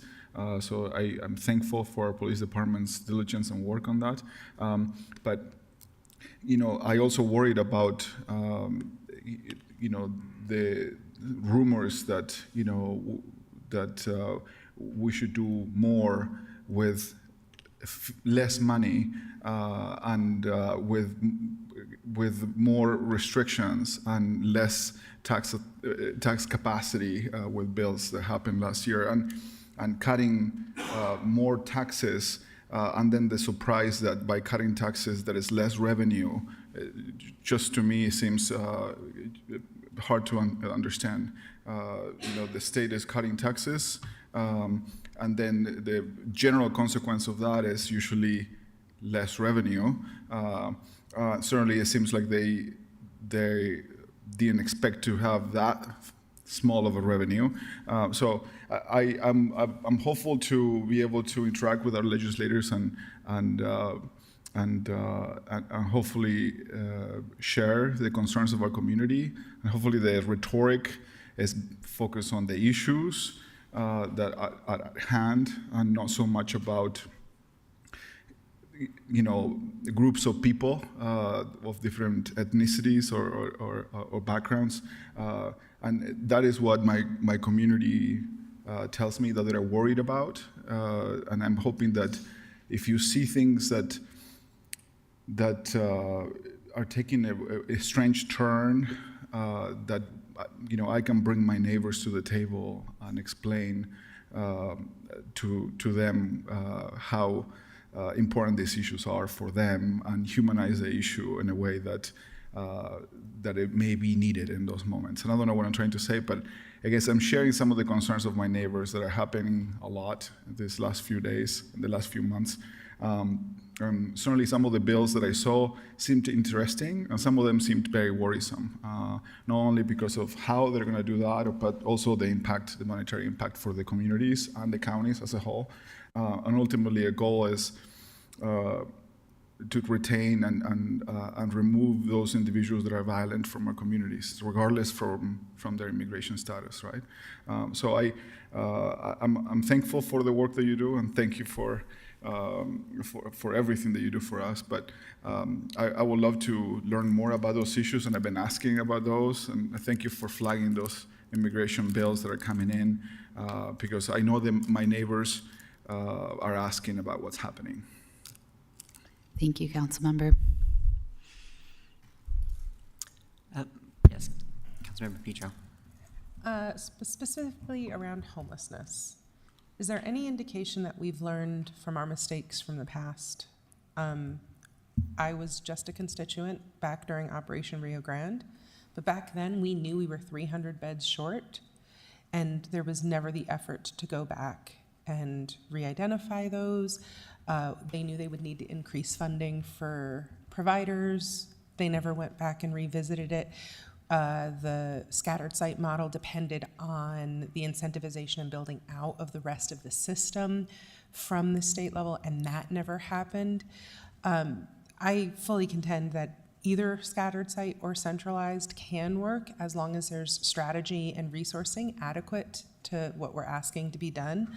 And I'm nervous that we'll be in another position where we inherit a mandate without either adequate strategy or funding and then be blamed for the subsequent failure or stumbling of it. Is there any appetite? Has any audit been done? I know we do audits a lot. Yeah, that was a long, big compound question. Take a stab. I think this is such a challenging policy area, and as the state has engaged using the Office of Homeless Services and has dove into how they're going to manage this and looked at different sites and decided they want to make this pivot again. I don't know that it's clear that they have the funding to do centralized as much as they want. That's, I think, become really kind of apparent over the last couple of weeks that, as they've needed to move through different steps and timelines approaching the session, that potentially the resources this year are not available to do it in the way they want to do it, given the costs involved. As you've correctly pointed out, they have not fully funded the scatter site model. I don't know that I feel confident heading into the 2025 session that we'll be fully funding, pick your model, any model. Yeah, I think giving credit where credit's due, we have seen a substantial investment in the legislature over the past few years, both in housing and homelessness. And so certainly grateful that they have been investing money in it, but it's never enough, right? We can never put enough money into it. The state can never put enough money into it. I know there's a lot of advocacy for additional funding and an ongoing funding source. And really, I think from Salt Lake's perspective, and the drum I've been banging for the past 5 years is if we keep people in housing, then they won't be unsheltered. And so I'm really hopeful that that can start to penetrate a little bit more of stabilizing our renters and keeping our renters in housing, which is a really big deal in Salt Lake when we have over 50% of our residents here are renters, and more than 50% of those are cost burdened. And both the mayor and you as the legislative body have done a really great job of moving forward policy and budget allocations to support our tenants here in the city, and I would love to see some of that happening at the state level as well. So I think homelessness is going to be a really big topic for us and for the state this year. We do know there'll be changes to mitigation funding that hopefully will help a little bit in that arena, but it's never enough for all the need that's out there right now.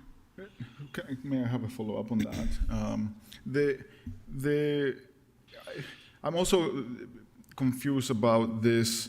We moved from a centralized system to a scatter system of, to answer this issue, of those experiencing homelessness. And then it seems like we are going back to the centralized system. It seems to me that we're insinuating that the system didn't work, that it failed, that now we need a lot more and we need one big one. And I understand that there is efficiencies by centralizing some of the services in one place, but why, are we talking about the pieces that were not funded and they were not implemented on that scatter model that was, told they were sold to us about the solution on homelessness for the state of Utah. And who's doing this? Who's talking about what pieces were not funded? And, can we start there? It seems like maybe there is a better solution. I mean, I'm just telling you as proxy for someone else that no one is hearing what I say.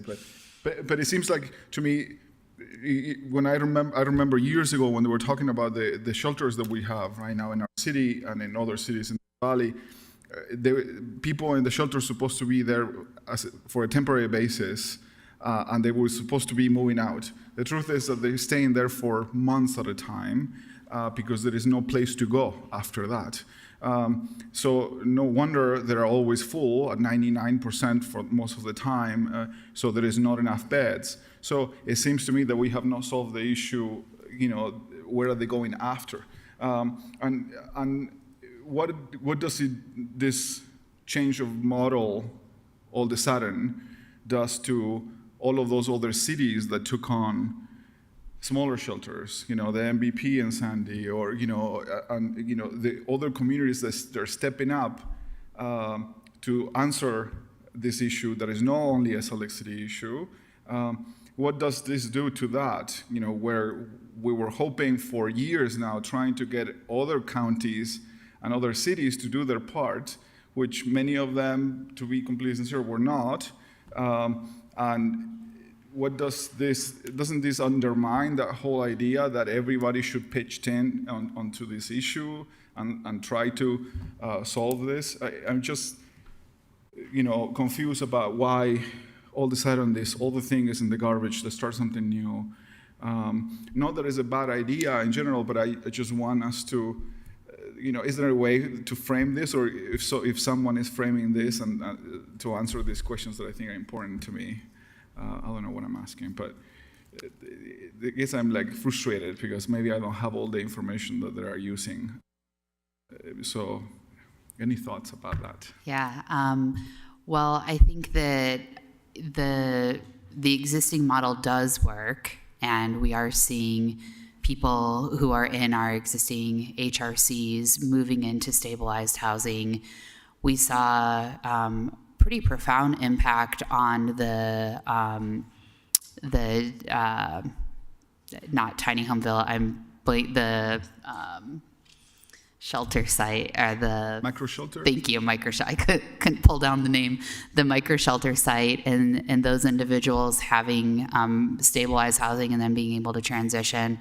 I think the Utah Homeless Services Board vote to move to a scattered site, or move more to a centralized campus away from a scattered site. We know that our rates of homelessness across the state are increasing pretty heavily, not just in Utah, but across the country. And you can see a direct causation between housing rates and homelessness rates going up. And so I think even with the campus model, without having, again, keeping people in housing and having affordable housing for people to transition into, we are still going to be in a shortage of beds. And that still will impact the other cities that have stepped up. And we certainly are grateful to Tooele and Sandy and our other partners that have come to the table in ways that we didn't see, 10, 15 years ago. And so I don't know the answer to that question, but I do think that there's a lot of work happening in this space. We have the people at the table that need to be at the table, and we're making progress. But, I don't know Andrew Johnston would probably be the better person to ask about the difference between the scattered and the campus models. He's the senior policy advisor on that. No, I appreciate that, and I know that he is an expert on that. I just obviously expressing frustration because I think everybody in the city wants a solution. Everybody in the state wants a solution. We all push in the same direction, and we're happy to be partners in any way we can. And I think that we have demonstrated over the years with this administration's work how much of willing partners are, even stepping up, even outside our statutory requirement. to do more for our neighbors, but we don't have all the resources to do so, nor the expertise. And so thank you for that. Again, it's a bit of a maybe based on all of these things that we've been listening to a few minutes ago, I'm a little, overwhelmed. So thank you. Thank you. Anything else for me? And Kate? All right, I don't think so. Thank you so much for Thank you. your work on this and for keeping us updated, and thank you. Yeah, for answering thank our you questions. for the trust in us. We appreciate it. Okay, up next we have our informational briefing on the 2024 Comprehensive Water, Wastewater, and Stormwater Rate Study. And so joining us for that, we have Austin Kimmel from the City Council Office, Laura Briefer, Public Utilities Director, and Lisa Tarafelli from Public Utilities Finance Advisor. Thanks. And I even practiced, and I still messed it up. I'm sorry. Tarafelli. Tarafelli. Thank you, council members. Public Utilities is here to present its comprehensive water, wastewater, and stormwater rate study. The study recommends changes across its water-related utilities to meet operational costs and infrastructure needs. Utility rate studies occur every 5 to 6 years to ensure pricing structures remain appropriate and reflect changing conditions. This study began in March of last year and was conducted by FCS Group, a consulting firm specializing in municipal rate and fee setting. And before turning it over to Public Utilities, I'll note that this is an informational briefing to preview rate adjustments, which are intended to be incorporated into Public Utilities FY26 budget. The public feedback opportunities will occur as part of the council's annual budget review process.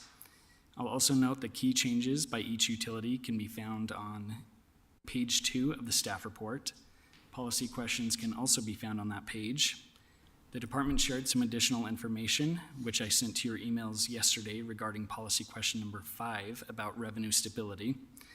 Most notable is how revenues and costs of service by class have been aligned through the rate study process. And with that, I will now turn it over to Director Briefer. Good afternoon, and thank you for allowing us this time today. I also want to thank each of you for supporting and considering our public utility rates over the years as we seek to ensure the critical services that we provide, all of that infrastructure and everything is well maintained, that we're investing in our aging infrastructure, including generational infrastructure projects such as treatment plants, and that we can continue to operate to provide clean drinking water and protect our environment, which is the mandate that we have due to federal and state regulations and just the right thing to do. I'm also really grateful for the time many of you have taken to visit our major infrastructure projects, such as the water reclamation facility, and your understanding of the necessity of the work that we do. I think you're all aware that rates are the underpinning of how the city pays for water-related services. That's both the capital and the operational side. Public Utilities does not collect property taxes or sales taxes to pay for water. And as you know, we do not rely on the city's general fund for water-related services. We do conduct rate studies every few years. That is the standard practice in our sector. And these studies are also completed pursuant to very well vetted and published rate setting practices in the water sector. I will also say that there is in state statute some of those requirements on water rate setting, water and sewer rate setting that mirrors those standard sector practices as well.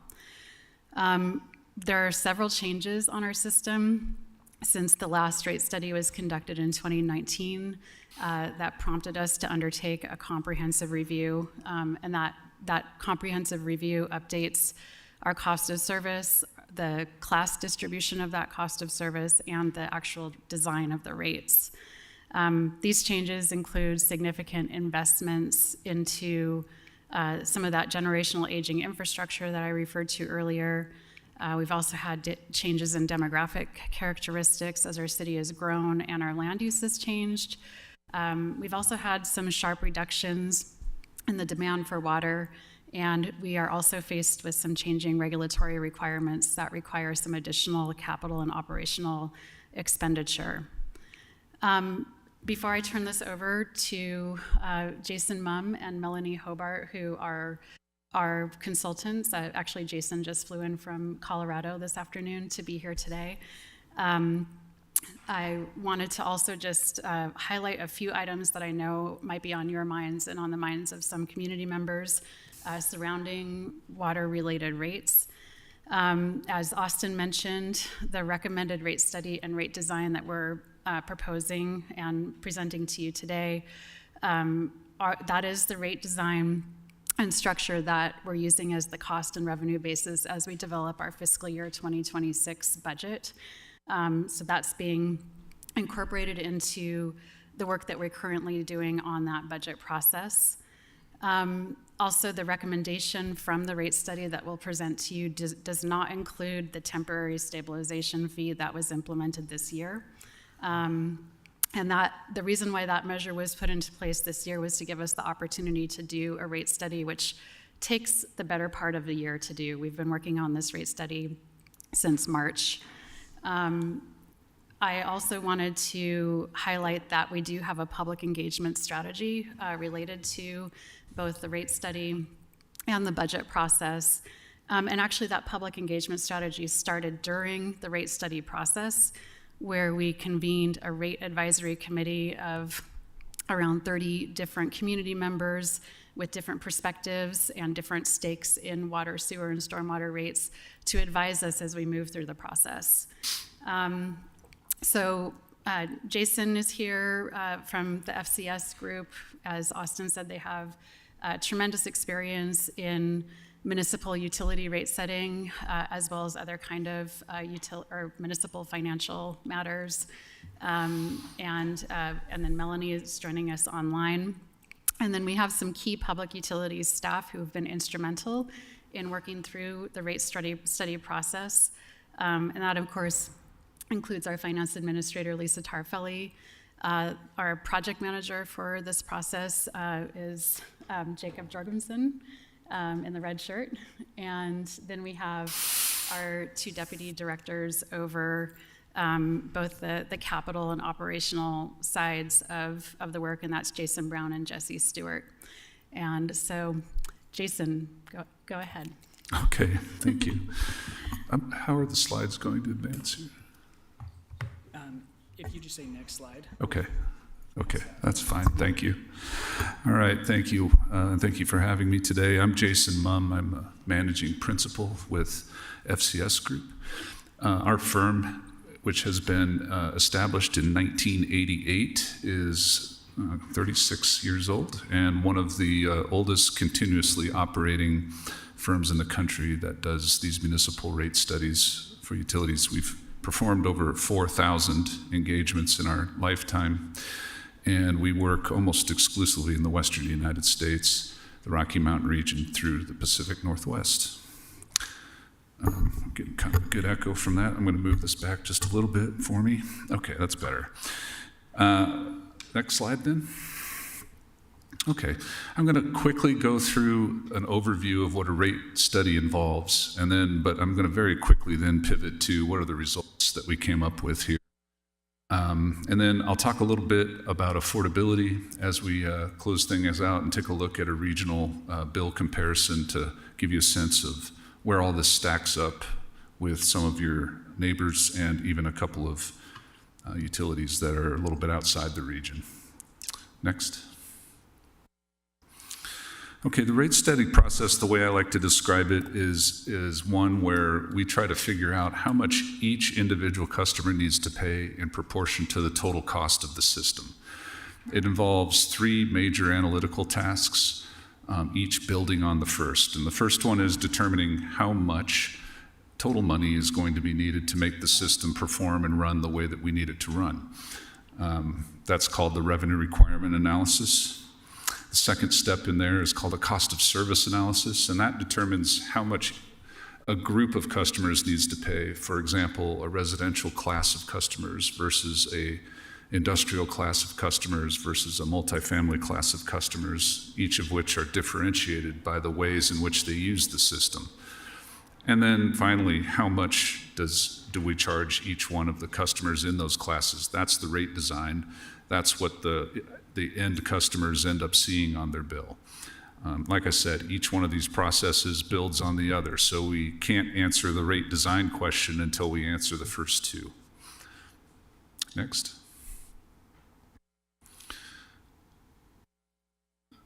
Okay.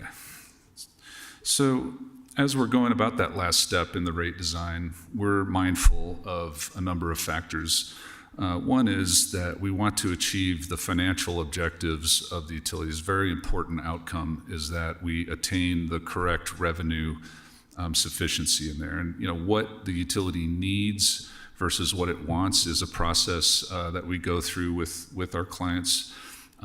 Quite often, not everybody gets what they want in these settings, but we end up usually getting what's needed in order to run the systems. That's called revenue sufficiency, and it's in this case, a very important aspect of what we're doing with the study. But there are many other objectives that we're trying to meet when we do rate design. This is a small list that includes a number of factors. You can see we're concerned about fairness and equity. We want to make sure that we allocate these rates and charges in a way that represents factual information about how customers use the system. Economic efficiency relates to things like water conservation and other efficient use of resources. Sustainability and predictability relates to the ability for customers to be able to budget and plan for the utility expenses with the rates that they have in front of them. Clarity is just about the ease of understanding so that customers can understand what it is they're being charged and why they're being charged those things. Cost allocation is something that we handle with that cost of service allocation, but that's about establishing a rational basis for why the costs are what they are and how they're allocated to different classes. And then the last one here, which is a pretty big emerging topic in the water industry right now, which is affordability. And we're still working on ways in which we can definitively define affordability, but we've defined it here to say that basic utility service should be reasonably affordable to those in need. We'll talk more about affordability towards the end. Let's go to the next one. Now, these slides become a little bit repetitive because, as I said, we're dealing with three processes, and they happen to be the same process for each of the three utilities. Our report covers this in much more detail than I'm going to go into today, but we'll hit the highlights here, and I'll try to not be too repetitive for you. Let's go ahead and hit the first one here. That revenue requirement component is the first thing we need to understand, and it's a combination of four major components. One is our operations and maintenance expenses. You'll see that in the blue bars on this graphic. Another is debt service, is the principal and interest that the utility is paying and expects to pay in the future for its the money that it's borrowed. The third one is what we call cash-funded CIP. That's money that comes directly out of the utility's operational budget and into capital projects. Pays for example, major treatment works that are going on here and investments in the aging infrastructure in the system. And then the last one is a smaller component that accounts for the net changes in fund balance. So if we're increasing the fund balance, this is our cash balance, that's an extra revenue requirement on the system. But when we draw it down and when we use those funds, then it's a credit against our revenue requirements. So we use the fund balance to help kind of modulate and keep the rates in check over time. Jason, I forgot to, before you started, to mention that if there are questions during the presentation, we'll gladly take them. You don't have to wait till the very end because we're giving a lot of information on this. So, Chair, can I ask a question? Yes, Councilmember Young. Thank you. So My question is actually related to the projections and how they relate to the historical piece. So I appreciate, because we're projecting, obviously, we've started in 2024. But I'm just curious how that relates to maybe like the previous 5 years, because it does seem to follow like almost a linear trend. And is that what we're seeing, and or what other variables are we taking into account to be able to create that trend?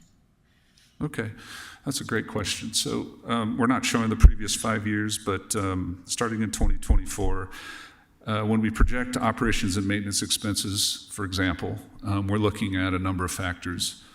Certainly, one of the things we're looking at is just what are the current operations, how much do they cost today, and then in the future, what do we think they're going to cost based on drivers like inflation, which has been a very big impact on almost all of our clients for the past few years. And hopefully we're getting to a point where that's not going to be as big a driver in the future, but we have accounted for some inflationary impacts. Also things like labor vacancies. We need to fill vacant positions, and we have salary and wage adjustments that we take into account for all of this.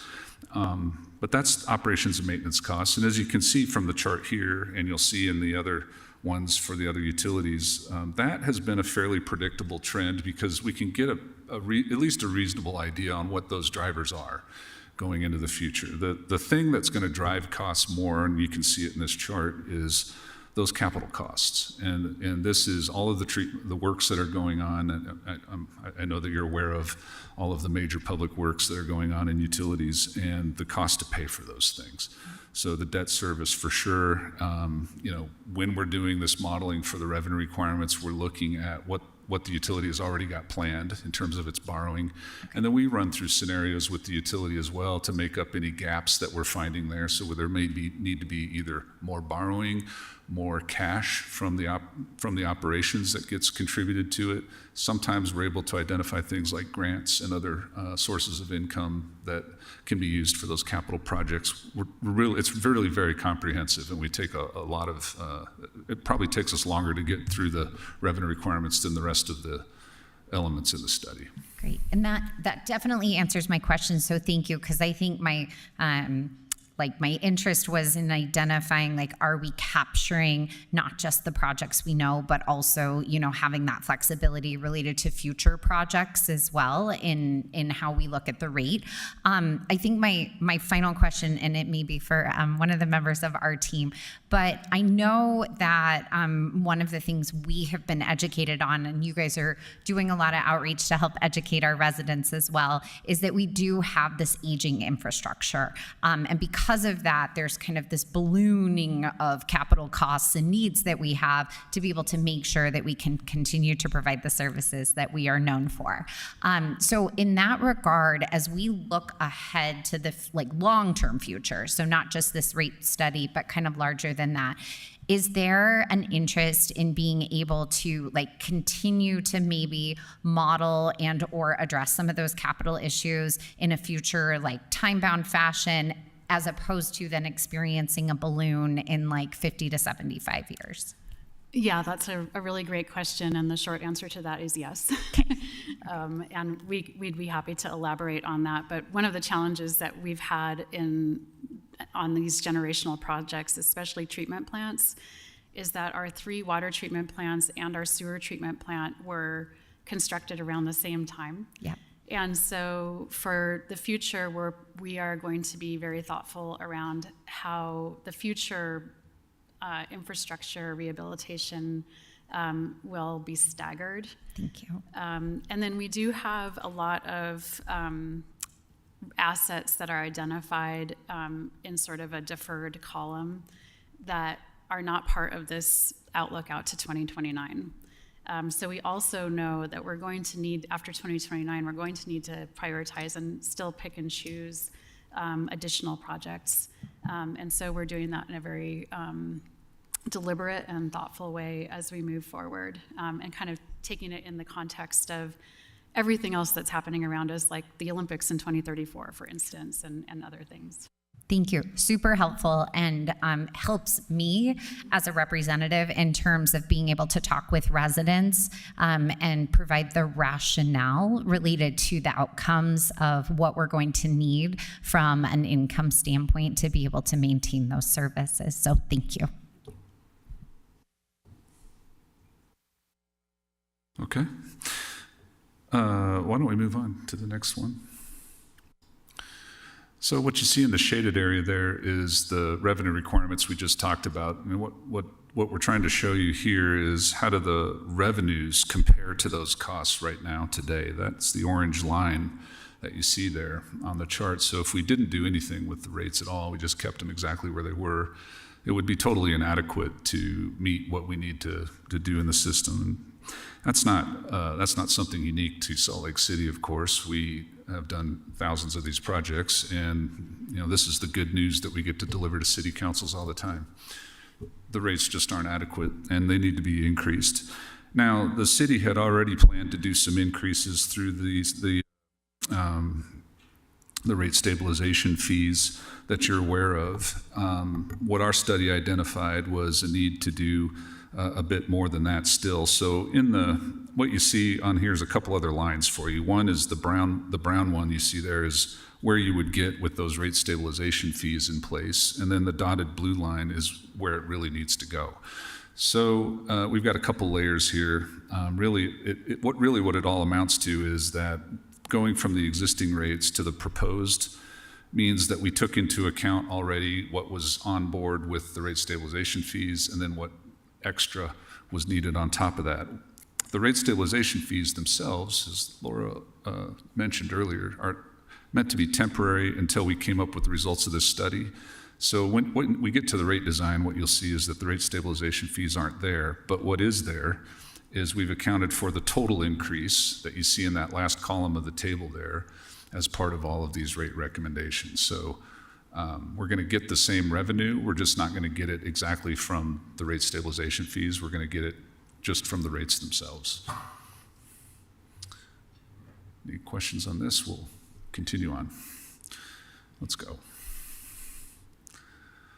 So that gets us through the revenue requirement component of the water utility. And then we go into this process of cost of service analysis. So this is another very comprehensive piece of work that I don't have time to present really to any audience. It's taken care of in our report.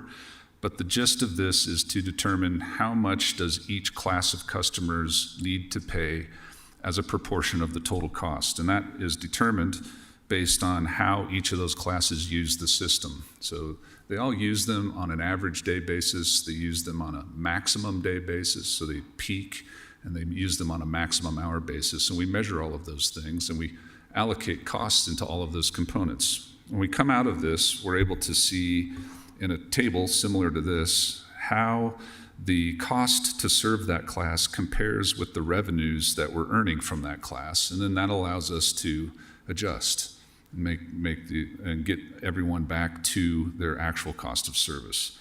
And you can see that we have some adjustments to make here. That's also not unusual to Salt Lake City. I think the thing that I would like to leave you with is that it's a very normal part of any cost of service study that we find that these kinds of adjustments need to be made. So what happens is, over time, not only do the costs of the system change, but the way that customers use the system change over time. And then that needs to get adjusted, and the way for doing those adjustments is by repeating these studies with some kind of frequency, and that'll get you to where you want to go. Now, the more frequently you do that work, probably the lower the amount of the adjustments are needed. But if you're doing this studies every 3 to 5 years, you're best in class. I've worked with many clients who don't do these things for 10 or 20 years, and then that becomes extremely difficult. So. Yes, you can go through that list and kind of see what kind of adjustments need to be made to each of these individual classes. Now, just know that we have consolidated a number of these classes when we get to the rate design, which I'll cover next. Go to the next.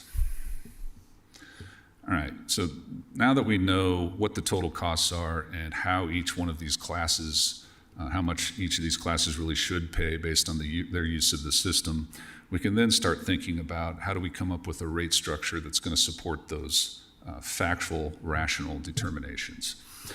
We have a couple of drivers that we need to be thinking of. In addition to all of those objectives that we talked about at the beginning, a few of them stood out here that were, more important, I'll say, than some of the others. One, ensuring revenue sufficiency was a recurring theme with the water utility, wastewater, and stormwater. There are just too many large intergenerational investments going on right now to put the revenue sufficiency at risk. There's bonds that need to be supported, there's cash that needs to be put into these projects, and so making sure that we have enough revenue was a major consideration. It is in every study, but in this case it was even more pronounced. In the case of the water rates, one of the things that we definitely needed to address was a phenomenon we call rate tilt. And rate tilt occurs when we design rates, usually in a tier-based system, like yours is, so it charges a different amount as you use more water. But with Salt Lake City and with many Western utilities, as water conservation and the, I'll just call it the public knowledge about water stewardship in general has gone up, we have seen usage, especially for outdoor irrigation, go down. And when we did this analysis for Salt Lake City, we found that over the past 3 years, if we look at summertime demand, which is when all that irrigation load is taking place, that demand had fallen by an average of 18% from the previous year. Now, the issue there is that the rates, the way they're designed currently, depend on a lot of that outdoor irrigation in the summer in order to make the revenue requirement for the whole year. And with 18% fewer units of water to sell there, we needed to do some restructuring to make sure that the revenue sufficiency would be appropriate. So that's the rate tilting that we tried to address. And actually that exists with both the residential rate design and the non-residential rate design in Salt Lake City. So we needed to address it on both fronts. And then we always are mindful of affordability. And I'll show you some of the features that we added to this rate design to hopefully address some affordability concerns when we get to the next page. So we look at the proposed water rates here. On the left-hand side, we have the monthly service charges. These are dollar amounts that will be charged to customers regardless of how much water they use. So just by virtue of the fact that they have a meter that's connected to the water system, you will be responsible for paying a monthly service charge. What you see there is the current, and we're talking about fiscal year 2026 here. So when I say current, that's what I'm referring to. And remember that when we say current as well, we also have to be mindful that those rate stabilization fees were part of that proposal. So current means 2026 as had been sort of proposed before this study and included those stabilization fees. So what you see there is the current being, bring that second column there, and then our proposed being the third one. For most residential customers, and by that most I mean a very large majority, they're going to be served under the 3/4 inch meter. And there aren't that many out there at 1 and 1.5 and 2 inch, but those rate stabilization fees were intended to be much, much higher for those larger meters. In our study, those fees would be lower. Now, so I guess one of the aspects with respect to affordability is that for that 3/4 inch customer, which is most of the single family residential customers, that charge is a few dollars less per month right off the bat. As we go over to the volumetric rates, I'm going to point out a couple of design changes for you. Where you see the current rates in that first set of columns there, I want to draw your attention to block 1 and block 2. In block 1, the current design takes it from 0 to 10 CCF. And for those who don't remember what a CCF is, it's just shy of 750 gallons. So for up to 10 CCF, we're charging $224. Under the proposed rates, we've changed the block structure so that we have one that goes not from 0 to 10, but one that goes from 0 to 5. And then with the second block, whereas the second block went from 11 to 30, our second block now only goes from 6 to 10. Now the reason for these changes has to do with that rate tilt. We actually don't want to depend on so much of that outdoor irrigation to support the revenue requirement. But at the same time, what we're looking for is to create opportunities early in the rate structure for those customers who are really only using enough to run their indoor needs, bathing, cooking, things of that nature. And so what we were able to do is to create a block here at that lower end that really is going to be money saving for a great number of customers, actually. So the block structure is very different, and you can kind of go through and see what that looks like as we go up there. Whereas the last block took you from 60 CCF, we now cut that off at 40. And then one other feature is these tiered rates did only apply in the wintertime, and during the winter, the current rate structure is that $2.24 number. In our proposal, these tiered rates would remain in place year-round. We would not just switch to a uniform rate in the winter. Okay. I can cover the non-residential rates next if you'd like. We also made a number of recommended changes to the non-residential rates. And first thing I should probably mention with non-residential customers is that we've consolidated a number of classes here. We've taken what we used to call commercial, industrial, and institutional customers, all of them together, and we've put them into a non-residential class. But we've also carved out the multifamily class. Multifamily meaning that there are more than 3 dwelling units in the property, and we've placed it into yet another class. So through that consolidation, we've come up with a different structure. And we're replacing right now what is a individualized tier-based system. The tier-based system now depends on how much a customer uses in the winter, and then it charges them based on a percentage of use of that average winter consumption. So it's a little bit complicated, but for each customer, whatever my wintertime usage is constitutes block 1, and then blocks 2 through 4 are some percentage above that, as you can see in my table here. One thing to note with the non-residential rates is if you kind of flip back and forth between the last 2 slides, you'll see that the monthly service charges are the same. For residential versus non-residential, they're actually the same across the entire system. We don't change the monthly service charges based on class, but we do change the volumetric rates. So when we move over to the right-hand side of the table here, you'll see the existing rates going from 243 all the way up to 493 with that block structure that I was talking about. But the proposal is to simplify these significantly. So instead of having those block structures the way they are, our proposal is that we have what we call a uniform seasonal rate. That just means there's one rate for the class that would apply during the summertime and another rate that would apply to that class in the wintertime. And you can see those rates right there. They are very similar for multifamily, and you might miss the difference, but the summertime rate for multifamily, it's $353 for the non-residential class, but it's $335 for the multifamily class, $335 per CCF. So the simplification of this rate structure here was meant to address, again, still that topic of rate tilting. So we're trying to make sure that as we continually get better, more efficient use of the water in the system, that we're doing so in a way that makes sure that the revenue sufficiency is still there, but the fairness and equity remains as well. And as we went through this process with our rate advisory committee, we found a great amount of support for this particular change amongst this class of customers. Okay, we are going to move on to wastewater, but before we do that, I'll pause and see if there's any questions. Not seeing any? I think so. Go ahead. Are we good? Yep. Okay, we're going to keep hustling along here. And like I said, this gets repetitive, so these next ones we'll do a little bit faster. Can we go to the next one? Oh, I forgot. We had some bill comparisons here for you.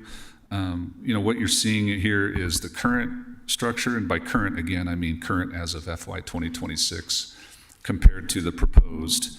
And we've got them by percentiles here. So the 10th percentile at the lower end there, using really just 1 CCF, that what you can see there is that that bill probably should be less under the new structure than under the old one. And that's true at 4 CCF as well. It's actually true, although it's less as you get up to about 8 or 9 CCF. Where it starts to get to be a little bit more expensive is at 11 CCF, where we hit the 50th percentile. And then for those customers who are using a great deal more, it is more expensive than it was under the old structure. Okay, next. Wastewater utility rates. So we follow, again, the same processes. If we go to the next slide. Here, what we see that is different than what we saw with the water utility is just how much of the cost in the wastewater utility is being driven by capital. And we do have the operations and maintenance expenses there just like before, but as you can tell, it's a much lower percentage of the total cost. Something weird happens there in 2027. I just figured I'd get out in front of that right away and tell you what's happening. Is as the new wastewater plant nears completion and starts up, there's going to be a period of time where those operating expenses are going to be greater than they would be normally. And that's typical of a wastewater plant startup, but we did account for that to make sure that we understood what those costs were and that we were taking care of them. But that's why you see the operations and maintenance costs in 2027 kind of jump up, and then they come back down in 2028 and 29. That's what's happening there. But a great amount of capital costs driven a lot by debt service, but also with just direct cash flowing from the operations into the capital projects. Next. As with the water system, the wastewater rates also would not be adequate if we left them unaddressed during this time. They also would not quite have been adequate had we stopped with the rate stabilization fees. There was a need yet for a bit more. And the total increases there on the far right side of the chart reflect really what our rates are built off of. So when we get out to 2026, we will have needed a 13.6% increase in 2025, and we're going to need yet another one to get through 2026. And then our forecast shows that there's still some more to come. We cut that off at 2029, but most likely the rate increases will still be there when somebody comes back here to do these studies here in a few years. Okay, let's go next. So the cost of service for wastewater, again, very comprehensive, and you're seeing kind of the absolute end of the rope there for the cost of service analysis. Our proposal was to consolidate a lot of the existing classifications into really just 3, and that's residential, multifamily, and non-residential. Customer classification system for the wastewater system is quite complex. I'm going to talk about that a little bit more here in a minute. But these classifications worked very well for determining what we needed to understand, which was how much does it cost to provide residential service, to provide multifamily service, and then to provide service to anyone who doesn't fit into those first 2 categories. And that includes our industrial class and all of our commercial customers. Very large differences to be addressed here. But again, nothing that unusual for a system of this size. Let's go to the next one.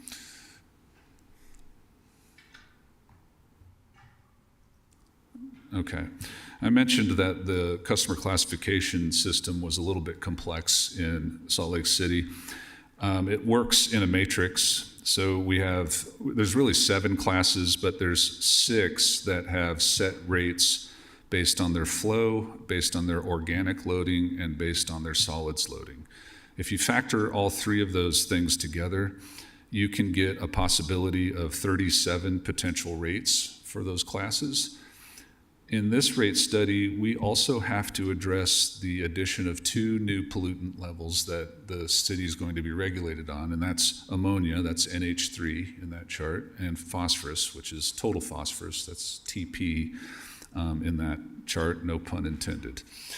So if we added those 2, we go from a possibility of 37 possible rates to 1,297. So yes, we recommended that we try to do the best we can to simplify the structure. And so consolidating the classes is one of the ways to do that. And, making sure that we have revenue sufficiency, another important aspect, and introducing those new pollutant charges, critical to what we needed to do in this study. So let's take a look at how that came out. Next slide. There we go. So this chart is built a little bit differently than the water chart. On the monthly service charge side of things, we have the current charges are on top in that column, and then the proposed charges are below that. We are simplifying these significantly. Currently, the monthly charge is based on meter size. That shouldn't say 5/8 inch there. It should say 3/4, by the way. But you can kind of see what those charges are there. When you get out to 3-inch and you see that $700 a month charge, that's mostly that rate stabilization fee that you're seeing there. The proposed charges are just so much simpler, and they're not nearly as much as what we have under the current system. $3.70. It's $3.70 per equivalent dwelling unit. So if you're talking about multifamily customers, you simply multiply that charge by the number of dwelling units, and it'll get you where you need to go. The volumetric charges on the right-hand side, the current charges are shown up at the top, and like I said, there's potential for 37 different combinations of those things. Under the simplified approach, we have one charge for residential and really multifamily together. It's $8.56 for all usage. And for the non-residential class, it's a little bit higher at $9.54. And what constitutes the difference there is that the non-residential class as a whole contributes a higher strength of wastewater into the system. And so we accounted for that, and the rate is slightly higher to account for that difference in loading. I just want to let you know we're running a little bit behind, but I know you still have to cover stormwater. But I just wanted to let you know. I'm fine. We can speed up. Okay. I'm sorry. Questions. Just wanted to make sure that there's enough time for questions and everything. Of course. I understand. So let's go ahead. Let's go quickly hit we have a set of high-strength surcharges that would also apply. These are specifically for customers that the city chooses to monitor because they contribute much higher concentrations of pollutant into the wastewater system than the regular classes that I just went over. So for some of your industrial customers, for example, who are contributing a larger amount of waste into the system, they will be surcharged. These are the rates that would apply to them, in addition to the standard rates that I just went over. So these are extra. Next. Can I ask a question here?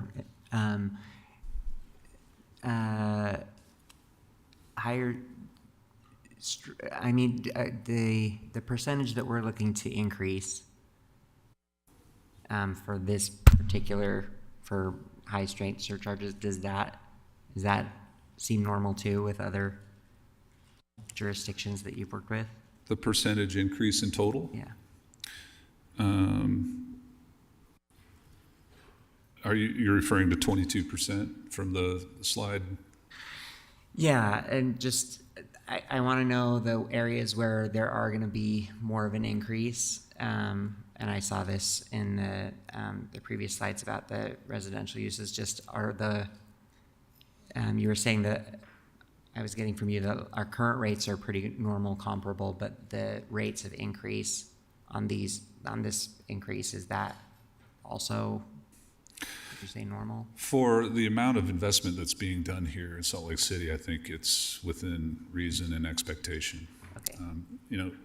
It's difficult to compare yourself to others, mostly because hardly any utilities are in the same investment cycle at the same time. You happen to be in a cycle right now with large intergenerational investments, and so a lot of this is to be expected.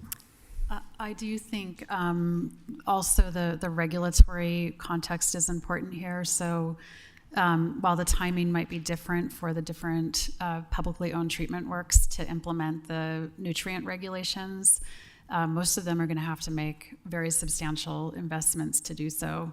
And also there are other publicly owned treatment works that have consent decrees where their rate increases are actually a lot higher. So there's a lot of variability across the country in meeting the regulatory requirements that often drive these water quality related costs of service. Yeah, and I'm just thinking like with other ones with water usage, where we might say that we're gonna, put a higher rate of increase on high users to try to incentivize conservation. I don't know how you do that with people that are using wastewater and. Yeah, it is based on, the wastewater charges are based on the cost of service. Okay. But many of the industry that, especially these high strength surcharge industries, that the class 7s, they have implemented on-site treatment to try to clean the wastewater before it gets to the treatment plant, because this represents a large cost to them. Okay. Thank you. Let's look at a quick bill comparison for residential customers here, just to give you a sense of what we're looking at. When we went through some of the slides earlier, you noted that there was a pretty significant reduction that we're proposing for the residential customers. It's a function of the rates just getting higher than their cost of service over a period of time. So what you see in this chart is that really for just about any kind of user of the residential system, that their bills would be expected to be less under the proposal than they would have been without adjusting the rates for our study. We talk about that a lot. And if you're a non-residential customer, your results would vary based on the kind of waste that you're contributing to the system. Let's hit stormwater real quick. Much easier to talk about, I think. There's not quite as much going on there. We'll just quickly breeze through the revenue requirement. Next slide. The numbers, the total number itself is significantly less than for the other two. We're talking, in the tens of millions rather than the hundreds, which it makes it a little bit easier, but still a lot of capital requirements going on in stormwater. Let's go to the next one. We do need to adjust the rates. There is no rate stabilization fee to worry about here, but we do need about 7% in total revenue starting in 2026 in order to make this work. Let's go to the next one. Okay, so the idea of cost of service for stormwater rates is not quite the same. It's just much more straightforward. We really take the cost, we divide it by all the impervious area that's in the city. We come up with the cost per impervious area. So yes, we want to ensure revenue sufficiency, of course. The main thing that we were looking at here was the rate credits that are given to some customers who provide on-site improvements for stormwater. And we took a very hard look at that, and we recommend reducing those credits over the next 3 years, a phase-in over those 3 years. Let's take a look at what that looks like on the next slide. Now, the reason for that has to do with the amount that the credits are. So these credits right now can go up to 70% of the stormwater bill.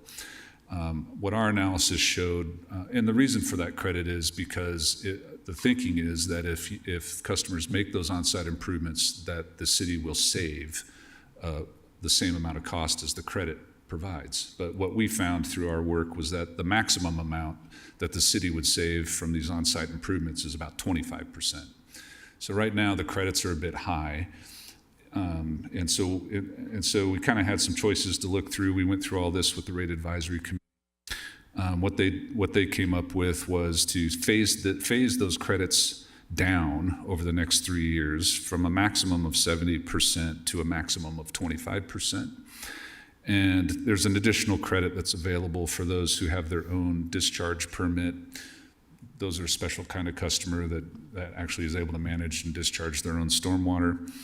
But I think the point that I want to bring out is when you look at this table and you look at the first line there, which is for single family and duplex customers, we're at $8.33 currently. It would go up 5% in 2026. Now remember, what we needed was a 7% rate increase. So what's really happening is we're decreasing the amount of credit which means that those customers are paying more than they were before, and that offsets about 2% of the total increase that's needed. By the time you get to 2028, the increase that we're looking at is about 1% instead of 7%. So these credits, as we bring them down, is increasing the cost to those people who are currently getting the credits, but it's also keeping the rates for everyone else down. That's what's going on.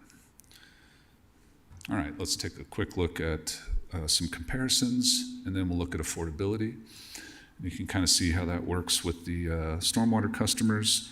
By and large, roughly the same for them for that 2026 year. So let's take a look at the affordability. Let's go +2 slides here. So, you can look at affordability many different ways. The way that we're looking at it here is through the lens that the Environmental Protection Agency uses when they are working with communities in negotiating consent decrees for enforcement of Clean Water Act and other things. The way they measure part of their assessment is through a residential indicator, and that's what we're showing here. It is the average single-family bill divided by median household income. And that is the blue bar that you see there. But we've added another characteristic here, and that is to take the same measurement, except using the lowest quintile, median income from the lowest quintile, as a separate measurement. And EPA is moving to this as well, so that they can pay closer attention to those who really do have financial burdens. So they say that if your bill is less than 1% of that household income, that bill is of a low burden.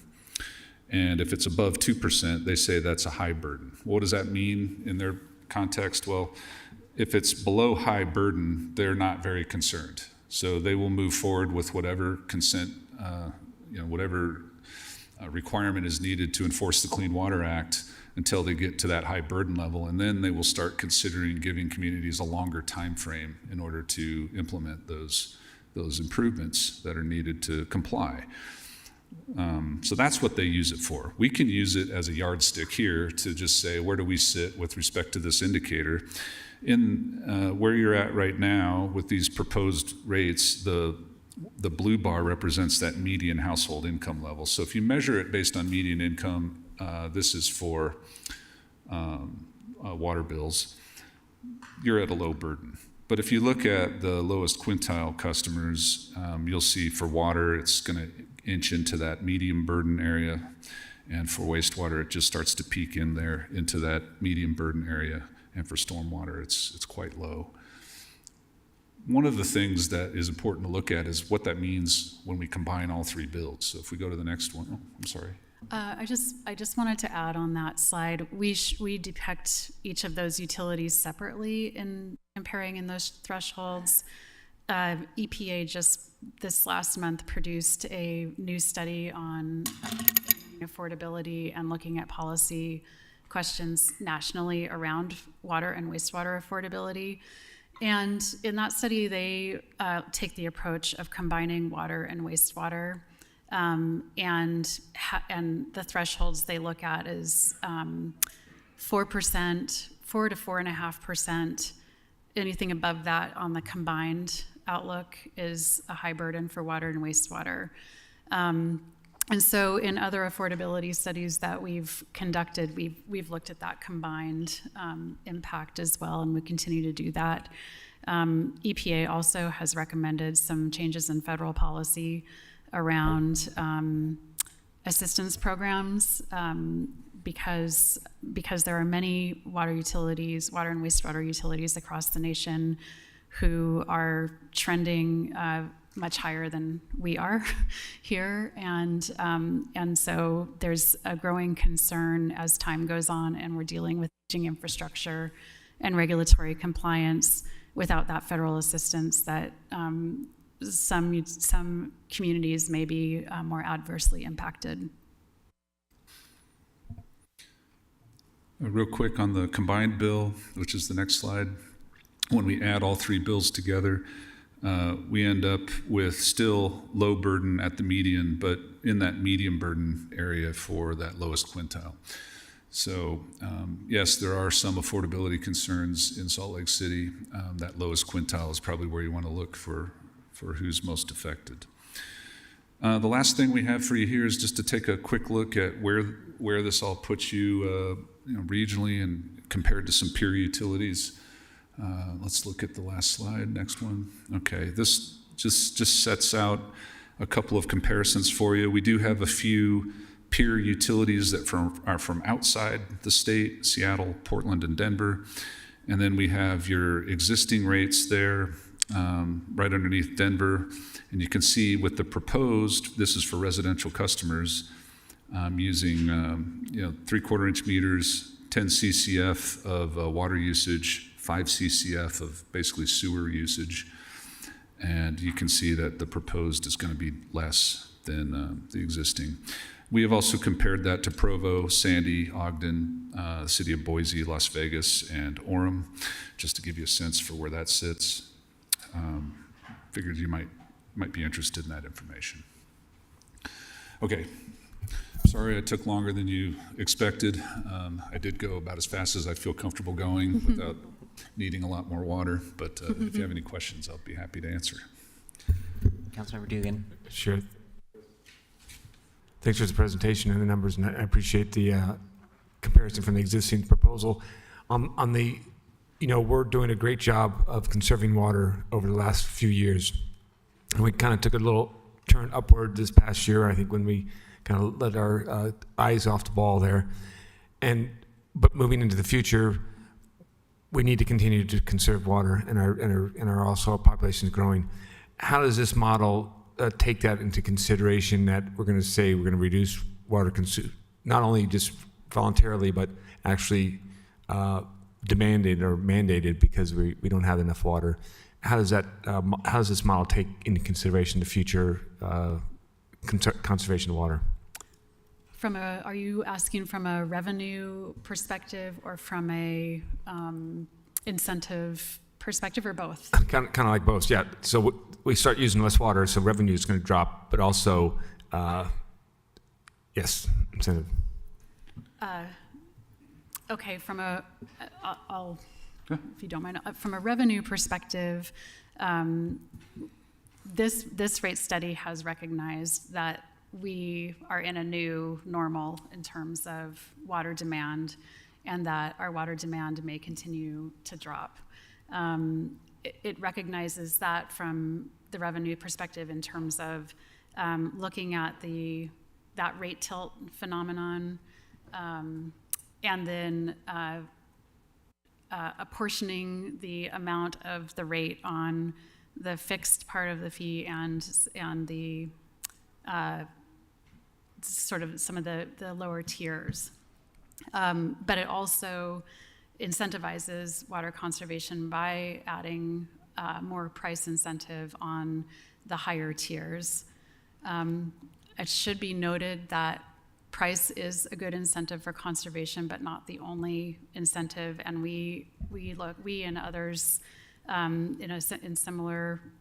this region and in similar states are looking at a multi-pronged approach that includes what the rates can do in terms of price incentives, as well as companion programs on education and other types of incentives.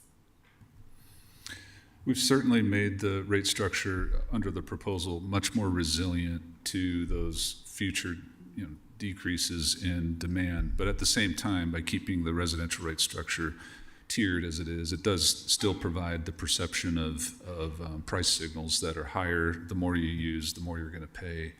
And so we have kept that intact.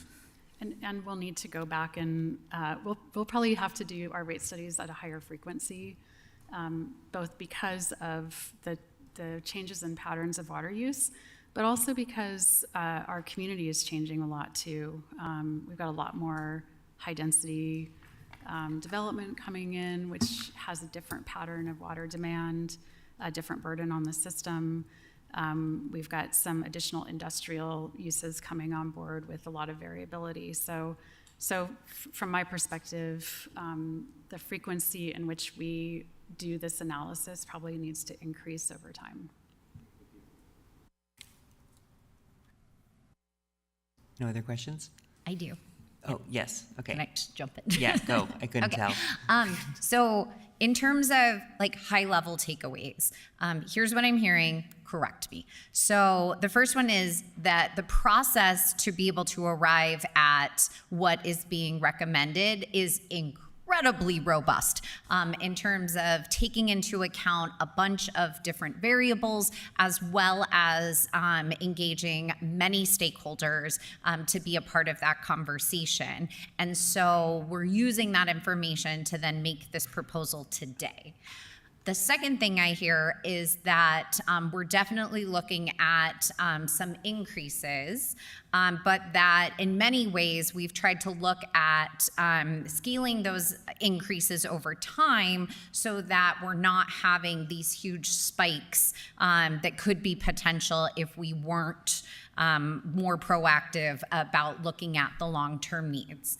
The last thing I hear is also that when we implemented the single year rate stabilization fee that we've been communicating to individuals is a 1 year effort, that will not most likely translate to a reduction in a future bill because of the rate proposals necessary to keep pace with the existing needs of the system. And so it brings me, if all of that is correct, to my last question, which is just how are we messaging that to our constituents ahead of time before they see it on their bills? Jason, on that the last point that Councilmember Young mentioned, from what you just presented, it does look like people will be seeing a reduction from the rate stabilization fee.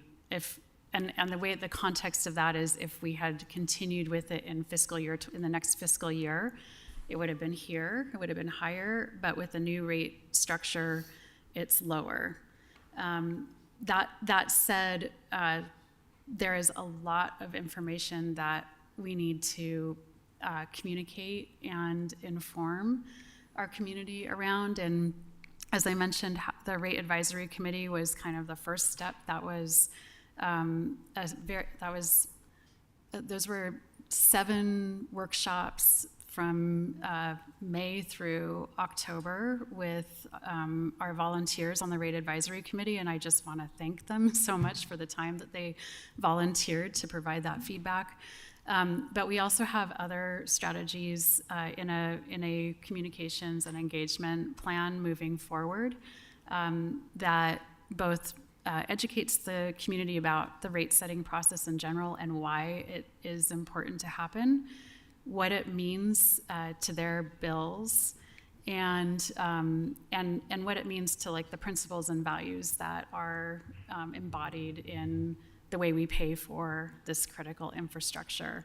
So we do have a pretty robust plan that includes, everything from a short informational video to a potential Facebook Live event, Ask Me Anything around rates and water pricing. This is going to be a topic that comes up in the state legislature this year as well. So there's a lot that we can and are planning to do, and we are definitely open to any ideas or feedback from the council on that too. Thank you. I think my one request is just to keep it as simple as possible.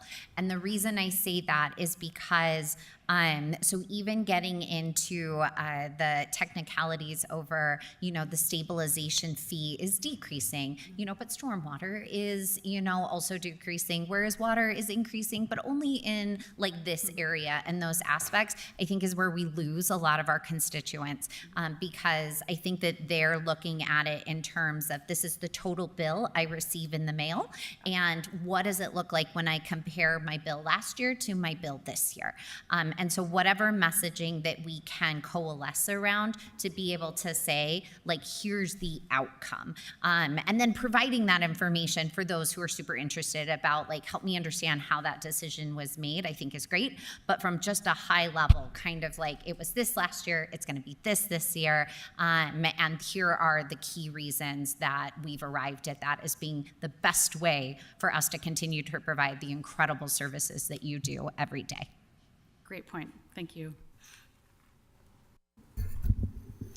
Okay.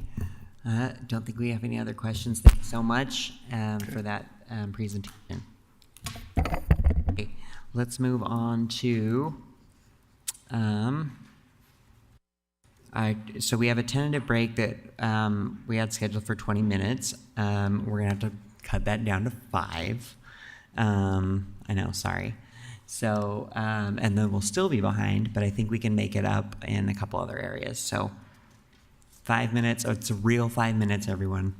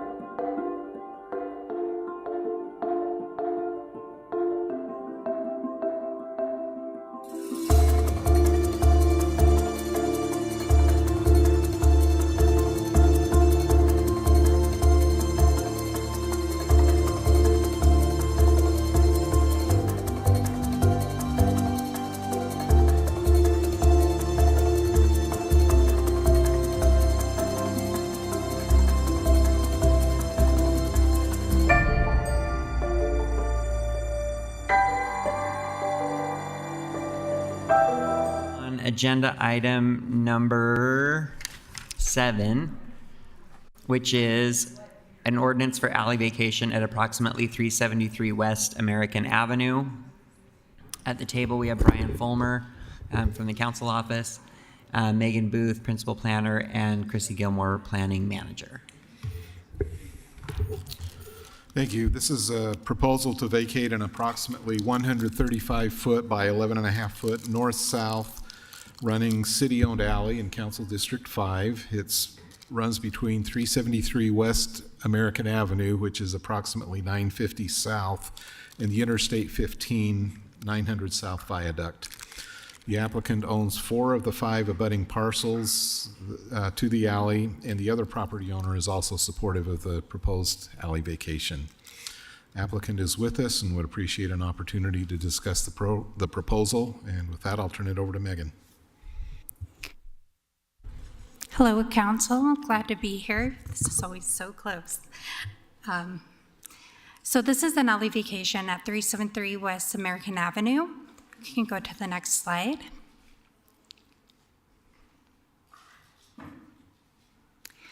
The request is to close and vacate the alley. The purpose is to facilitate the redevelopment of the site. All 5 adjacent property owners to the alley support this request. The alley was claimed through a court-granted quiet title claim in 2022, and it remains under public ownership until the decision is made by the City Council. There's a notice of public alley held in the City Attorney's Office under escrow. Next slide. Here's some site photos. As you can see from the photos, and I'll talk about this later, it's been used primarily for private access for some time. Go ahead.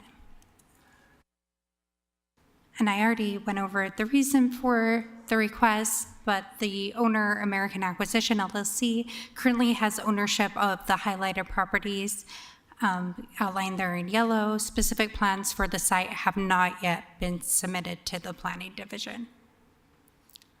Next slide. Here are the policy considerations for alley vacations. Next slide. The standards for alley vacations require one of those to be met. In this case, the city's legal interest in the alley is shown on the subdivision plat, but there's no longer a public right-of-way, and it's been privately used as shown for some time. The southern section has already been vacated next to the South Viaduct. Staff recommends access along 400 West, American Avenue, and a pedestrian easement for the future Orange Line project. So that would just be, I don't know if I can point, but just right along the east boundary of the owned properties. Next slide. This connection was identified in the future connection ballpark station area plan, and that connection that we're proposing as a condition is shown in blue.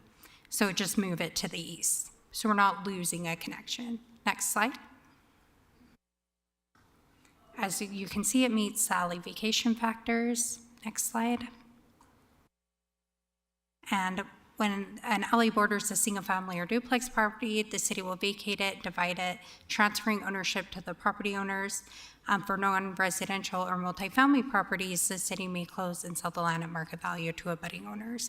That is the reason for the condition requesting 6 months of time to do that. Next slide. So staff is recommending the City Council follow the recommendation of the Planning Commission, who recommended approving the alley vacation, and with the conditions shown that I explained.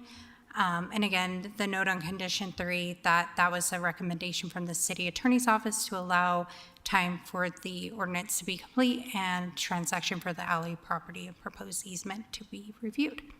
And that's all I have. So I'll take any questions. Mr. Chair, can you just, I know you said them in there, but can you just list really quickly what the public benefits we're receiving from this application might be? I know that there's the 10-foot easement, so the land will stay in the ownership, but the public will have access to the eastern 10 feet. Yeah, so we're essentially moving the easement that was identified in the ballpark plan to the east, which would align with the when the Orange Line is constructed, and that type of easement is what is being proposed with the Orange Line right next there. So we're kind of setting that up for the future public benefit. And are there any other things? I was able to speak with, I think, 2 different groups about this alleyway vacation at 2 different times over the last couple years. And we had different conversations about things that I think could benefit the community from this. And I know that easement along the east side was one of them, but I don't remember all the details of the different things. But is there anything else that like ground floor activation or mixed use or things like that that are being proposed within the project that we know of? Well, if we had a development proposal, I think the realities of the community benefit could be better realized. But for now, it meets one of the considerations, which is all it's required to meet, and the other factors. So only has to meet the lack of use, which there's not a community benefit of having that pedestrian easement run into the viaduct. We don't expect that to be removed for some time, and the easement that it connected to in the rear has already been vacated. So that, I hope that answers.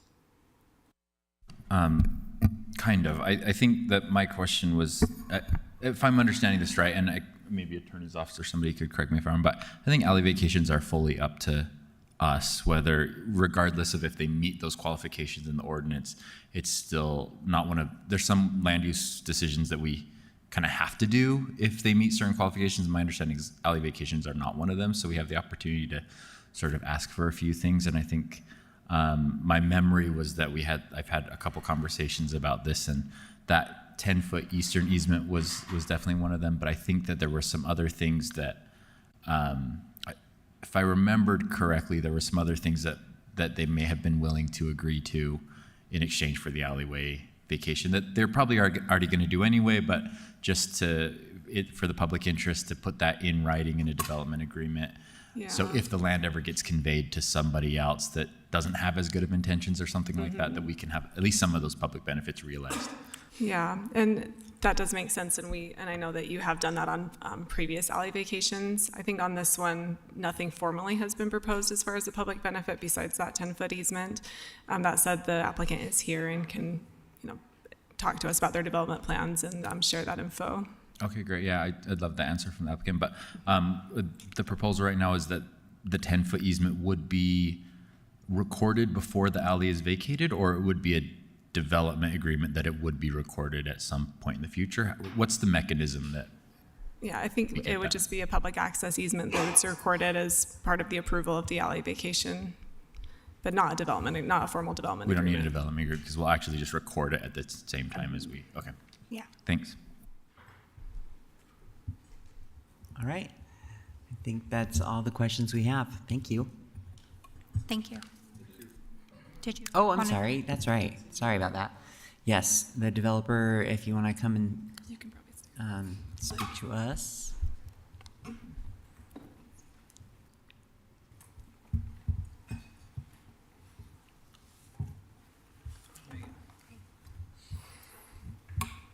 Good afternoon, Council. My name is Jared Hall. I'm the applicant on this alley vacation, and then Justin I'll let him introduce himself. One of the owners and developers of the property. Okay. So, go ahead. A couple of points of clarification really quick. One is the current alley does not go clear down to our south property boundary. It is actually, there's about 10, 15 feet on the south edge of the alley that is not alley, is private property, so it never could connect to anything, even if the freeway viaduct did go. In our conversations, Darren, we talked about doing kind of the 10-foot easement and then treating that easement with the same design requirements as a public street. So you would have activation along that easement. Yeah, we have not submitted a development plan because if the alley vacation is not approved, then that creates a significant change to any design. So we do have conceptual drawings, and we did share with Councilman Mano a few ideas, including activating that east side with some townhome style units so that it is activated and it isn't just blank wall along that new easement area. And we would also point out that the square footage of the current alleyway is a smaller amount of land. So we're actually, I know the word convey is not correct, but right. The trade, if you will, of if we abandon this alleyway and we move it to an easement, it's actually a larger square footage area, and it allows us to connect along the orange line where it will go. Yeah, Jared, thanks for reminding me. I think what you're saying is that because it doesn't face a public street, it wouldn't be required to have certain activation percentages of transparency or entrances or things like that. But I do remember now we were talking about that. If it were just a blank wall against that, I feel like that would be a really hostile walking environment. And so treating that public access walkway as a public way, it's not coming back to me now, and I would like to see that somehow if you're amenable to that, and if we can figure out how to get that written into the agreement. I think having that, I know you're intending to do that. It's always the question of, at some point in the future, if this land has to be sold to somebody else for whatever reason, I want to make sure that we don't get a big blank wall adjacent to that, which would make it, I think, really uncomfortable to walk there. So I would like to see that if the rest of the council's in support. Yes. Otherwise, I appreciate that. I think in this case, I always get sad conveying alleyways because I think alleyways I like them, and I think they have a lot of potential, but in this case, I think we are getting a good public benefit in return for that. So I would be supportive of it if we can get those two things. Any other questions? Okay. Now that, yeah. All right, let's move on to item number 8, Public Art Program Maintenance and Conservation Report for fiscal year 2024-2025.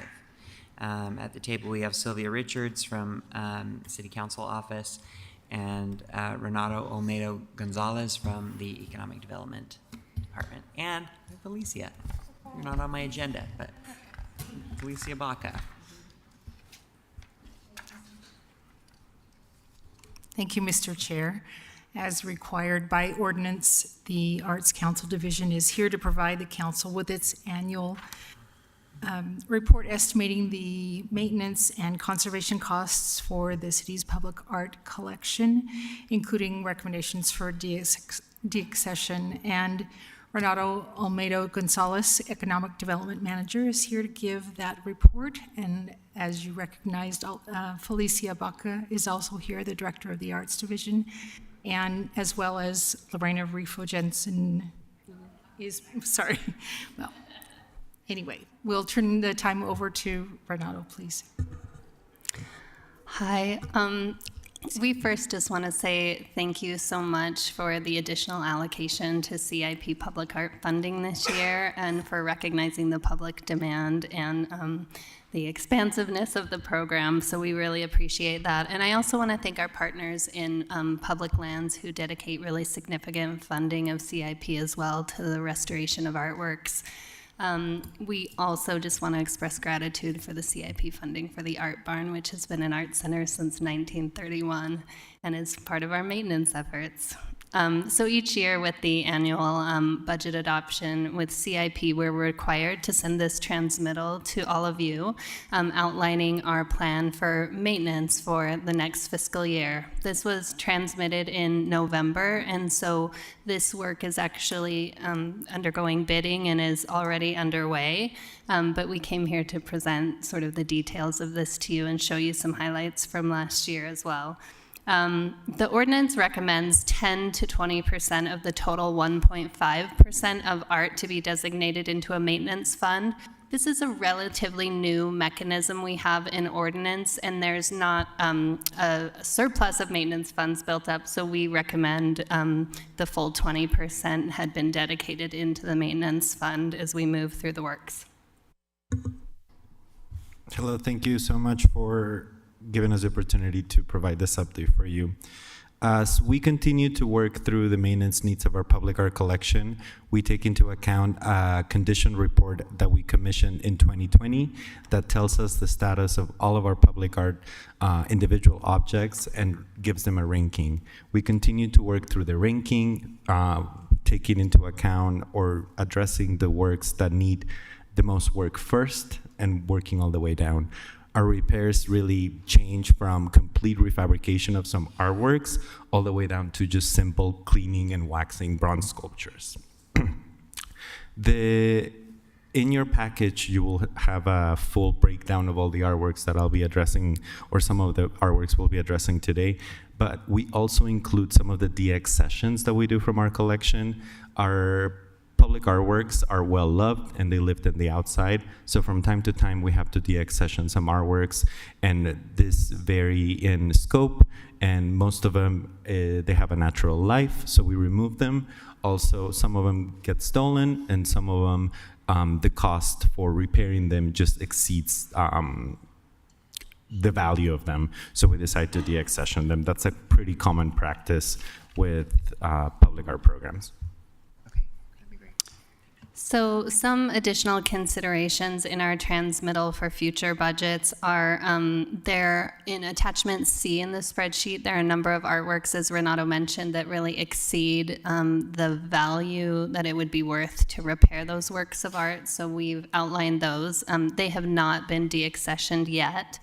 The second thing is that we work in close conjunction with the RDA to execute on projects, and but when we both had the 1.5% designated for public art, there wasn't an establishment of a maintenance fund on the RDA side, and so that's something we want to think about, because many of those works in our collection sort of predate CIP and were created under the RDA. And the last component is that CIP funds are prohibited from preserving our 2D collection, which is primarily in this building. So that's a future budget consideration for many 2D works of art that we have in this building and others in the city. And Renato's going to highlight the sort of budget numbers for this year and give you a little progress update on what we accomplished last year. Thank you. If we can go to the next slide, please. All right, just to give you a high-level overview, this year we're requesting 20% of our annual percent for our funding. That is $40,000 be transferred to our maintenance account so we can address the conservation needs of 15 individual artworks and 2 that are currently being considered for de-accession.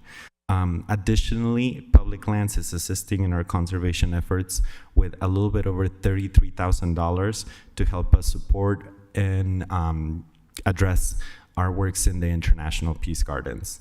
Additionally, we are setting aside a $15,000 contingency fund, and this is funds that we need in case any artworks need to be addressed in real time, graffiti, they may get vandalized, etc. We have some funds set aside so we can address them in real time. In total, we anticipate using $88,529 in maintenance fund during the current fiscal year. And our range of repairs in the current fiscal year will vary. Something very small taking place at Fire Station 1. We're fixing a wooden indoor sculpture all the way up to $28,000 at the Peace Gardens to replace a granite base for a Fairbanks artwork in the U.S. Gardens there. Next slide, please. Now we would like to highlight some of the work that we completed last year. In total, it was our busiest year to date. We spent a little bit over $140,000 and addressed 20 individual artworks with de-accession 4. The approximate or the level of complexity for all of those artworks varied a lot. They went from repairs as small as $850 for some of the works at the Peace Gardens, all the way up to $59,000 for a major conservation project for bridges over barriers. Last year, $64,000 came from our CIP percent for our fund. $19,450 came from our colleagues in Public Lands, and $59,000 was contributed towards the addressing bridges over barriers. So now I'm just going to show you a little bit about the work we did last year. Next slide, please. Mr. Chair. Go ahead. Quick question. I know that you guys have been doing incredible work, so I'm looking forward for the slides. But I wanted to, we know about the maintenance of the art and the lack of funding in that for, since I joined the council, I'm sorry that conversation happened before. So why are we doing it outside the budget is one of the questions. Budget coming up very soon in a few months. So my questions for you will be, can this wait until the budget and we all the things are on the table and we're all discussing the whole thing together? Are there things that are urgent that you need the money now, right this second, to be able to move on, or we should wait until the budget? Because just considering the situation that we're in and the possible state legislature and how their implications are on us, I feel like it will be fair, not undermining the amazing work that you do. And you know how much I always like offering support to find more money for new and more art. But I think that it's important to me to understand, are there any of these things that are important right now and are urgent? And do you expect to do the same ask in this budget so there is a constant maintenance or some additional funding for maintenance coming on in the budget in 2025? Yeah, I think we're in a good place with addressing things that are urgent. We're working in a really good way through that priority system and have worked through most of the tier 1 and the tier 2 in the last 2 years, unless something occurs again in real time. So I think we feel good about that. We have raised this as part of our budgetary needs in the last 2 budget cycles, and it has not been prioritized as the highest need amongst many in our department, and so that's a conversation we'll raise within our department again. So at this juncture, we haven't made a decision if we'll bring an additional budget ask, or if we know what those numbers could look like beyond what we get from the 20% maintenance allocation. So we'll definitely have conversations about that. Did that answer your question? Yeah. Certainly, it is on your side of the aisle to, balance the budget. So I don't envy that position, because all the departments and within the departments are competing, for that attention on fundings. But yeah, I just want to make sure that if there is something urgent, that is highlighted. But if there isn't, for me, it doesn't mean that you lose my support. But I would like to understand why we're doing this right now. I will also add that priority 1, when we got our 2020 report, addressed, I will say, a dozen artworks that require immediate attention, and all of those have been completed. So we're working our way down the list. Just to show you a little bit of the work we did, or kind of just to give you an idea of what we're doing, over at the Peace Gardens, a lot of those artworks needed a lot of love, so we gave a facelift to the Olmec head. Next slide, please. And the Greek goddess Hebe, so we had to work with a professional sculptor to recast and remold that face over summer. Next slide, please. The Little Mermaid, this is probably one of our most popular artworks in the collection, and unfortunately, it gets a lot of attempted thefts. We had to reinstall her using very enhanced security measures, including recasting a portion of her tail. So this was a fun project. Next slide, please. This one's right outside. This is May We Have Peace by Alan Hauser. He's one of the most important indigenous artists in the 20th century from our country. This sculpture came to our collection as part of the 2002 Cultural Olympiad, and it needed some love. We needed to clean the sculpture, address some rusting, and what we also did is we recasted a new plaque. Next slide, please. So this was fixed not long ago, so you can go see it. And we work with the Hauser State to update the language in there. Next slide, please. Gamble's Quail, this is an artwork at Davis Park over in District 6, I believe. The sculpture has been stolen once. It's there safely now, and we had to recast a portion of her top knot in the feather. Next slide, please. This is Lupita the Woman. It's an artwork from the 80s over at Guadalupe Park. Also, it had some rusting, and we had to address some rust concerns with it. And we had the opportunity to reinstall it and repaint it. Next slide, please. This is all of the sugar beets over in Sugar House Park. They're pretty, Sugar House neighborhood. They're quite iconic. We addressed all of them, including recasting portions of some of them. Next slide, please. And this was our favorite project of the year last year. It was essentially a new commission, Bridges Over Barriers. This is possibly the largest public artwork in the state of Utah. It's an underpass mural made out of concrete stain. It's not normal paint. So it required 5 local neighborhood artists to climb up, work with UDOT to repaint it. Next slide, please. I want to thank NeighborWorks Salt Lake and Brawley Arts for helping us complete this project. It was a 6-week journey. Thank you so much. This concludes our presentation. We're happy to take any questions. Okay. So I just want to loop back to something you started with. I love and support the idea of having the conversation about the RDA art and how that is being incorporated into the overall assets management plan. I just had a conversation today related to a piece of RDA art that is in District 7, and just trying to figure out kind of what a long-term plan could be in terms of, if we decide to maintain those assets, if they're going away, but building into the expertise that you already have and the processes that you have here, I think is a great idea, and I wanted to voice support.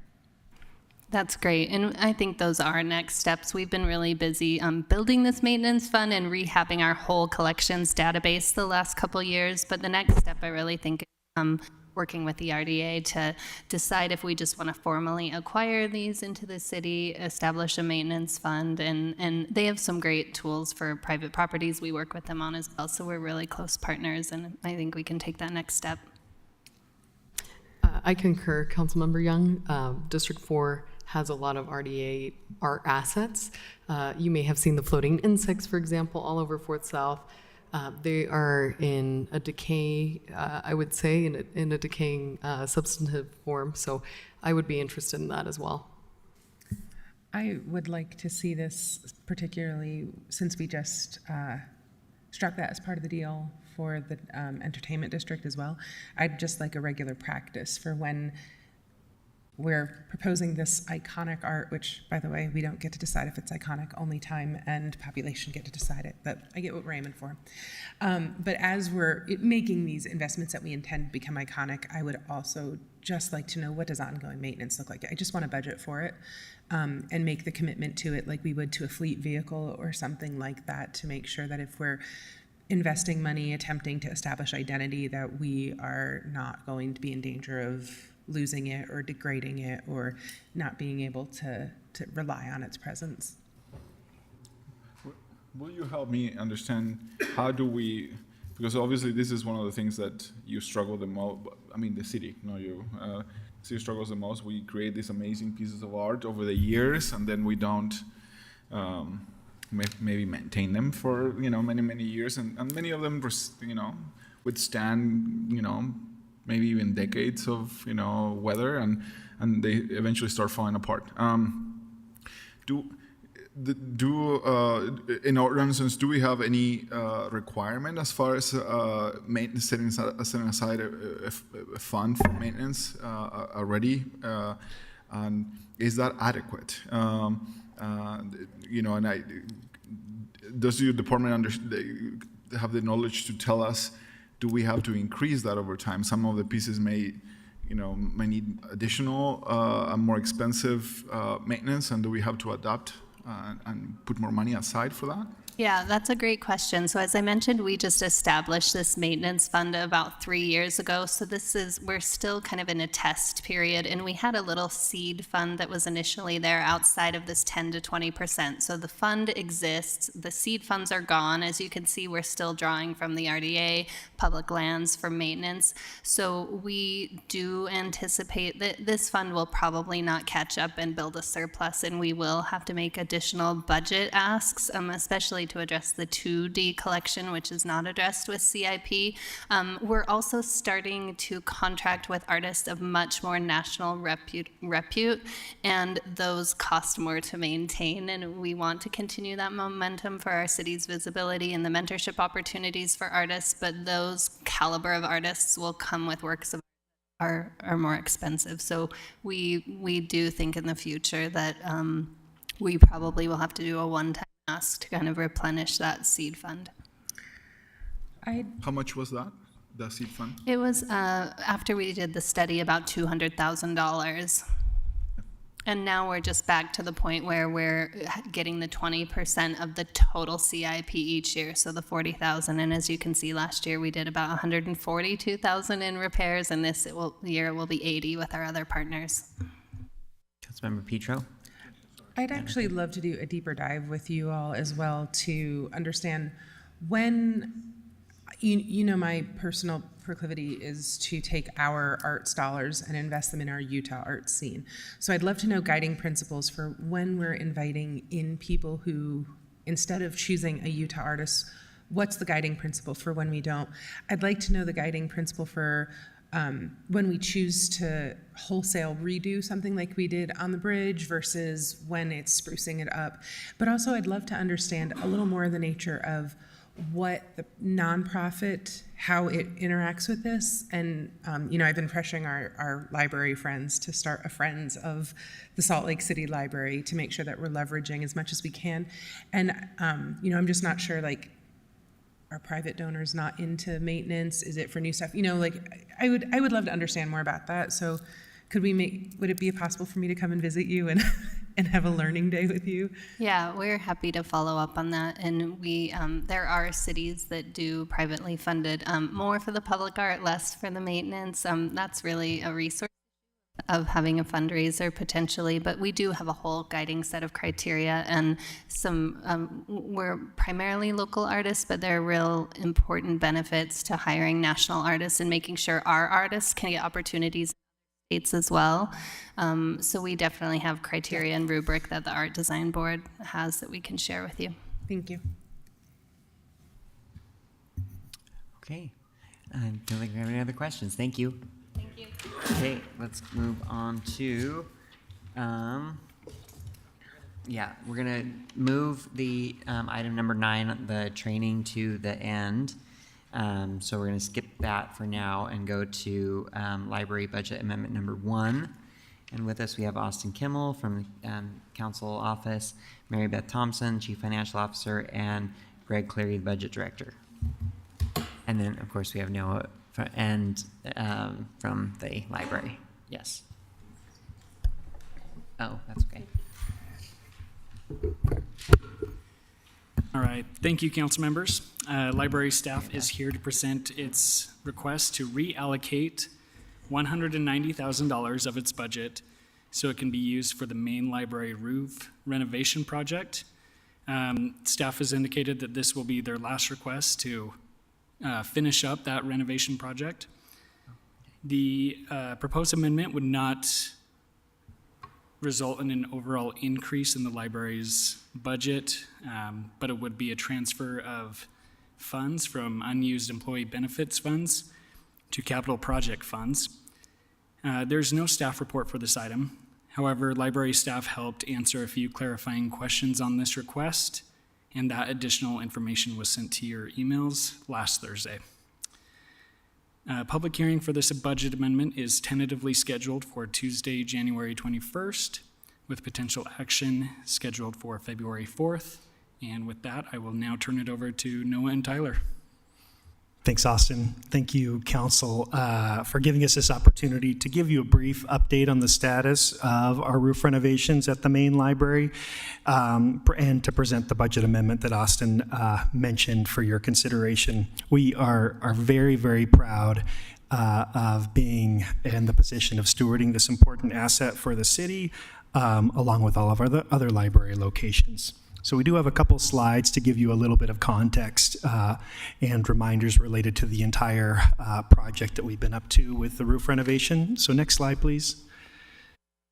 This is just an overview of and an artistic rendering of what the design of the redeveloped, revived roof looks like. And the next slide gives you an outline of the specific scope for the current stage of renovation at the library, what we call the triangle building part of the main library. That's been the main focus and is nearing completion. Next slide, please. The arrows, the green arrows on this slide show you a little bit of some of the items that are not in the scope of the current phase of construction. So the bottom middle it points to the part of the roof along the lens, what we call the lens wall, that glass wall that is south facing, where there's skylights that we know need to be resealed and where there's some minor leakage issues. To the bottom right, it points to the facades of the shop buildings that are built into the crescent wall structure. We know that there's some needed repairs both for the facades, and there's also leaking issues on the roof of those buildings, similar to what we've experienced at the main with the triangle building and the waterproofing membrane failing. To the right, you can see the crescent wall, which again is that walkway up from Library Square to be able to access by foot, walking up there to the roof. As we've described to you all, council members, before, we know that that is going to be a significant cost and construction project not in the current scope to be able to open that up to public access for the needed repairs around waterproofing. And then on that top right green arrow, it's pointing out kind of two things. One, the emergency exit stairs on that northwest corner of the crescent wall that are in need of replacement, as well as a safety barrier that's needed to ensure public safety at that point. Next slide, please. And then we'll just, again, show you a couple of these renderings. What's really exciting at this phase of construction is that these renderings are actually very, very similar to what the building actually looks like today. And so we're really excited about finishing this last stage of this phase of the roof to be able to open it up to the public. And so we can add those people to this drawing as well. You can see on this slide, there is the glass wall to the left. That's a really significant improvement to public safety. Next slide, please. This is the view looking southeast towards our beautiful Wasatch Range. And again, based on our research, really the best and only view of its kind that's available to the public downtown, of both the city and the mountains. This will be preserved, this view will be preserved thanks to the glass wall that we are putting in. And next slide, please. And then this image also just highlights an important improvement of this construction phase. You can see the ramp that is significantly improved and has a couple breaks to make sure that it's accessible to everybody, the entire public. And next slide, please. And then lastly, what's really important to lift up with this phase of construction is just how dynamic this space will be for many different uses for the library. So you can see here highlighted our bees that we are excited to bring back, which has been a great amenity and a way for the public to really enjoy the roof as well. And with that, I'll turn it over to our CFO, Tyler Barr, to discuss the specifics of the budget amendment we're bringing before you tonight. Thanks, Noah. Next slide, please. As much as we've worked to stay within the approved budget, unforeseen conditions have been a seemingly continual challenge throughout this project, and it's become necessary to request the additional funding that's before you today. On this slide, you see a summary of the approved funding and the proposed request for $190,000 additional. The original budget at $7.9 million. Last year, our board and the City Council approved an amendment totaling $1.4 million. And then with $190,000 today would result in a total overall project cost that has spanned a number of years of $9.5 million. Next slide, please. Once the contractor notified the library of these additional needs that would exceed the approved budget. We worked with them for more than 4 months to assess the needs and evaluate what was really necessary. We reduced scope for items such as solar panels and a number of furnishings. We focused on elements that were related to patron safety and their overall patron experience. We vetted very carefully the remaining needs through bids and negotiation with the contractor. And then ultimately arrived at that $190,000, which, as Austin indicated, would be reallocated from savings recognized through benefits costs, where positions we've held open or vacant for a short period of time, or employees that declined coverage. I'll turn it back to Noah. Oh. So moving forward, as we look to some of these other projects that I made mention of, the library, we do plan to propose funding for the next phases of roof repairs, specifically for the crescent wall, the shops under the staircase, and leaks in the glass over the urban room on the south-facing edge. We are receiving some unplanned revenue for the current fiscal year from new growth and personal property tax that will go towards this phase of renovation. However, we don't want to begin the phase until we give City Council the opportunity to weigh in on our next year's fiscal budget as we think about the total cost of completion for these additional phases. It is a pretty sizable fee based on our work with GSBS to our architecture firm to get really strong quotes on all planned expenses for these future phases of construction. And so it most likely will take a couple of fiscal years for us to complete this project. Next slide, please, and the following slide. Thanks. And then this last image, it gives you another view of the crescent wall as well as the urban room. And I just would want to lift up to you all, City Council members, a couple of lessons learned this phase of the roof construction project as we consider future phases.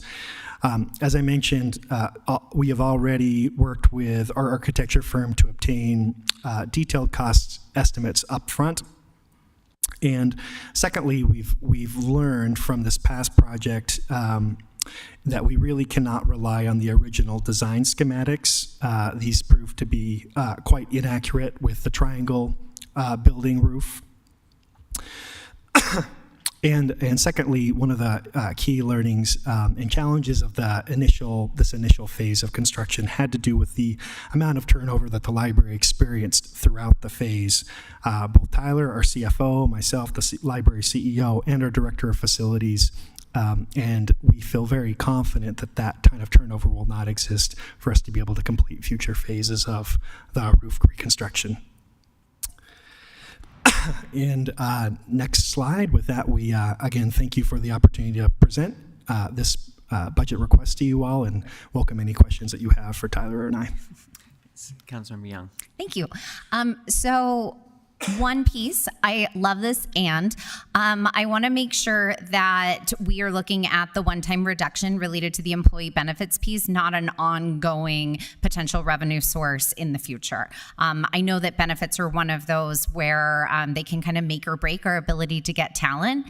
And I just want to make sure that we have the appropriate funding in a long-term way so that if we do have employees who are coming in, that this isn't a long-term solution. It's a timely one-time solution. Does that sound accurate? Absolutely. Okay. The savings recognized are year-to-date savings. They have already been recognized and won't plan on that moving forward. Perfect. And then do we have a date? Councilmember Young, we are really eager to be able to publicly announce that date. It has been pushed back a little bit just because of we're working with the manufacturer of a bracket for those glass panels that are so important for public safety, and they've been holding us up a little bit. Our initial plan, I think, was earlier this spring, and we're looking towards May of this spring. So Great, good to know. My last piece is related. I spend a lot of time at the library, and one of the things that I did not realize about the library until recently was that you guys have incredible passport services on level 3. And as somebody who had previously made attempts at the passport offices through, some of the other entities that offer it, I had the most pleasant experience there. It was incredible, and I'm just giving it a shout out to the 8 people who are watching, that if they need passports, I am telling you, level 3 of the Salt Lake City Library. thank you, council member. It's a great public amenity. It's the hours are very, very accessible to working adults. And it was really thanks to some really forward-thinking library staff. That's who we have to thank for that great amenity. So thank you for the affirmation and the plug. Any other questions? Okay, thank you so much. Thank you all. See you. Okay, we are now at item 11, which is waste and recycling weekly residential collection route changes. And we've got Debbie Lyons from Sustainability, and then do we have Chris Bell too? Okay, great.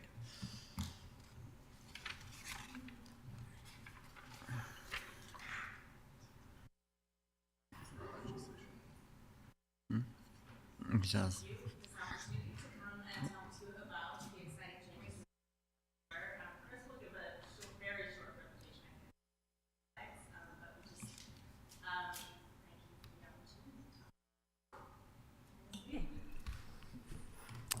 Yes, thank you. Ben, were you going to lead with anything? Okay, it's all us. Thanks. We do just have a brief deck to go through with you. We're really excited about this, and we want to be sure we save the precious time for any questions and comments. So we'll run through this quick. Next slide, please. So really what we're doing here, and hopefully you all as residents received your mailer yesterday, which went out a day ahead of schedule. Pleased to, beautiful. Thank you. Thank you for the plug there too. Thank you. Really what we're doing here is we are building efficiency and resilience through this that really improves not only our customer service, but the well-being of our workforce too. It's really a twofold win-win for residents and our team. So as the mailer states, and I'll show you a more graphic depiction of what the inside of that looks like on the next slide, but come Monday, February 3rd, we are changing our collection days, and simply that, just collection days. We're not modifying any routes or reducing any service, et cetera, in any way. Simply a swapping of 4 of the 5 days of the week. So as the slide indicates, very simple, Monday's routes and collection day will switch to Tuesday. Tuesday will swap with Monday. Wednesdays and Fridays swap. Thursdays remain unchanged. So really, and the timing of this is strategic. As I'll get to in a later slide, our seasonal yard waste and compost service suspension starts Monday, January 20th, and runs tentatively through Monday, or resumes Monday, March 3rd. So we have an entire extra crew available throughout February to assess any missed pickups, folks that can't wait for their pickup day if it bridges too long for them, and that crew will be able to readily go back and pick folks up that need be. So we really aren't. It's a good time of year to do this. And the other piece to that too is February is our seasonal low generation point for garbage, yard waste, and recycling anyway. So the workload is slightly reduced. And then who does this not affect? Anyone that we don't service. So apartment buildings, multifamily complexes, small businesses that have service through a private hauler, whether it's carts or dumpsters. It also does not change our call to haul service, scheduling or availability whatsoever. And then as far as the optional glass recycling service that some residents subscribe to curbside, Those residents should have been notified today by Momentum Recycling, our service provider, that their days are changing. Specifically on that, there are about probably 1,000 customers of the approximate 6,000 curbside subscribers that will swap either from a Friday to a Monday or a Monday to a Friday. And again, they should have been notified directly by Momentum today or tomorrow. Next slide. Forgive my voice too. Not sick, just sound like it. So again, this is the inside of the English page of the English-Spanish bilingual mailer that went out. And so graphically, what is now our Tuesday route in blue will be our new Monday. And so we will go, instead of as we currently do clockwise around the city, we're going to go counterclockwise. The QR code there does point to a website that went live yesterday with an interactive map, so folks can check addresses and confirm whether their day is changing or not. Next slide. And as I said, really, this is about efficient resource alignment. Our workload is for decades, and fun fact, these days haven't changed since we went automated with our collection trucks in the late 80s. So it's high time. But our workload really is heaviest at the very beginning of the week on Monday, and then again on Friday, which is less than ideal operationally from a resource perspective, whether it's people or equipment. So what we're really doing there, and to graphically depict just the tonnage, but not only is it sheer tonnage of material that we're picking up, it's the nature of the geography, whether it's the avenues currently on Monday or heavier loads that we pick up on what is currently Friday. We're moving those by shifting these around. We're moving those heaviest days to the middle of the week when our resources are at their peak. So really, it's an alignment of resources and work. It really just it allows us to better adapt to any disruptions that we might face from weather, holidays, other events that may come up, or disasters that come up throughout the week. So really, it's about service continuity and putting us in a better position to continue to do that. Next slide. On the outreach and engagement side, this is our launch week. As I mentioned, the website went live yesterday. The mailer has been received. We've distributed talking points to all of our customer service folks in our department, in other departments today to help them answer and address questions in a cohesive way. Our social media campaign begins tomorrow.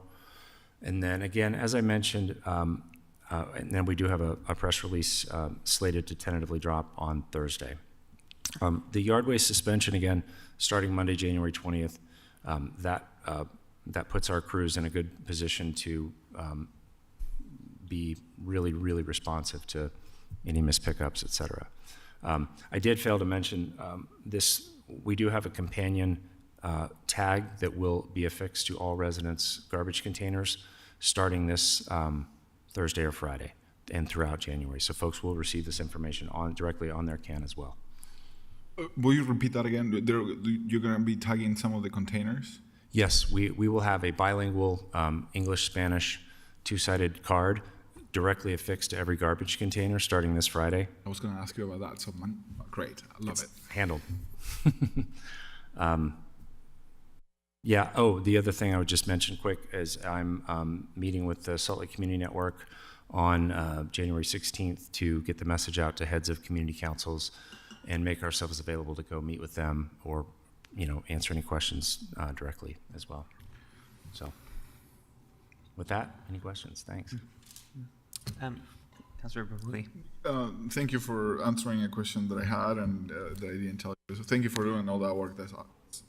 That's great. When I read that the little flyer, I think I read that if people misplace the container on the wrong day, based on, you guys are going to do efforts to go pick them up.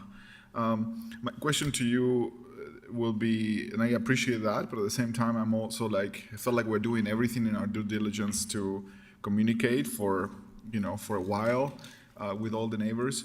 What is the cost of running a whole truck across the city to pick up a couple random garbage cans? And wouldn't that be better spent ahead of additional communication instead of and people can wait another week for the garbage to be picked up? So I don't know if there is any estimates of like how much money you set aside for those additional pickups.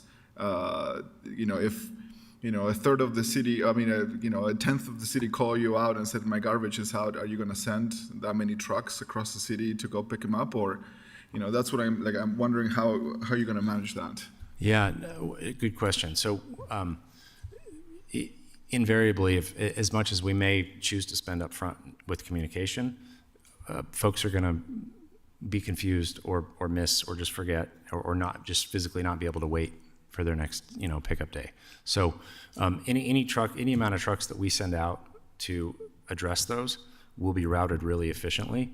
So the incremental cost for that will be really insignificant. Yeah. One of the can you hear me? Oh, there, now it's on. One of the great things is with this change, our Friday route will actually be on the southeast corner.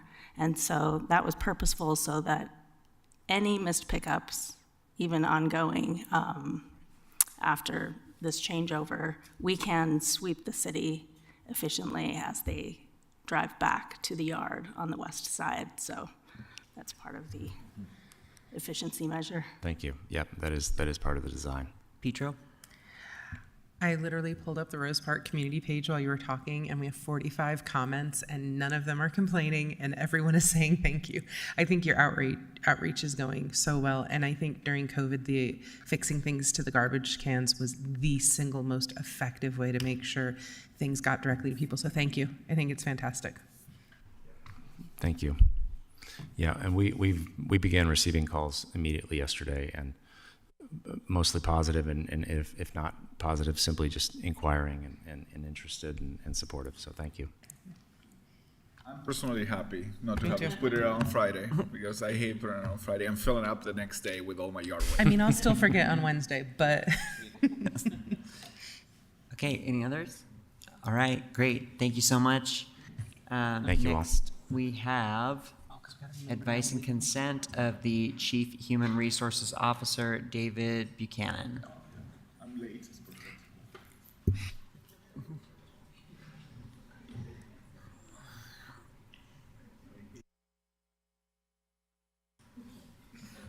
Hello.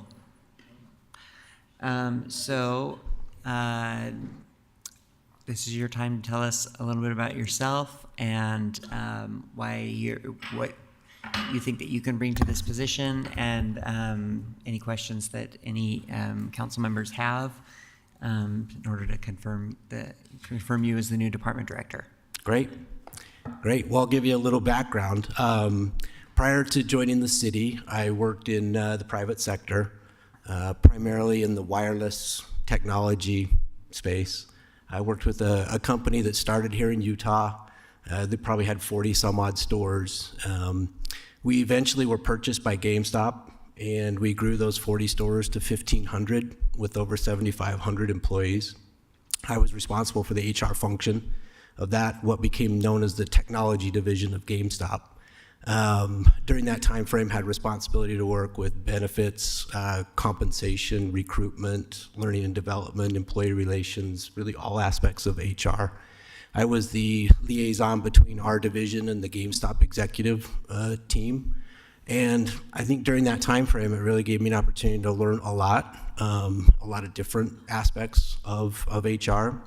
I joined the city in late 2019, just I think 5 months before we went into COVID hibernation. But over those years, I've had an opportunity to work with great people there in the HR department.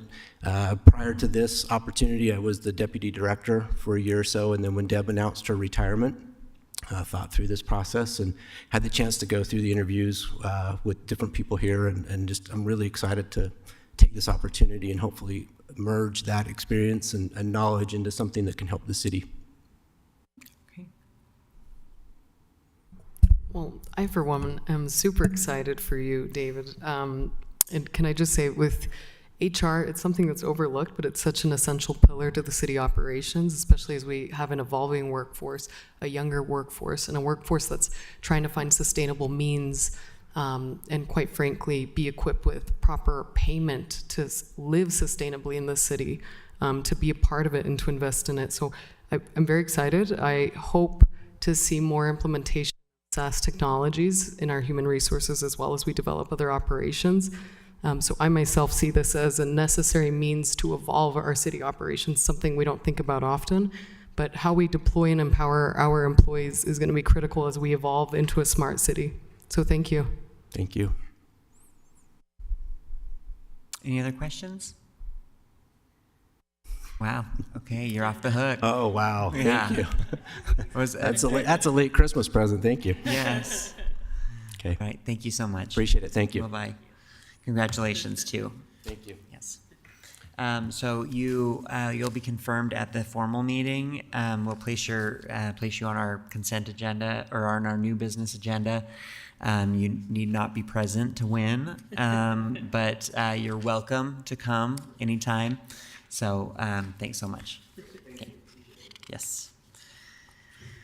Okay. Another advice and consent for the Director of Community and Neighborhoods Department, Tammy Hunsaker. Hi. Well, you're welcome to tell us about yourself.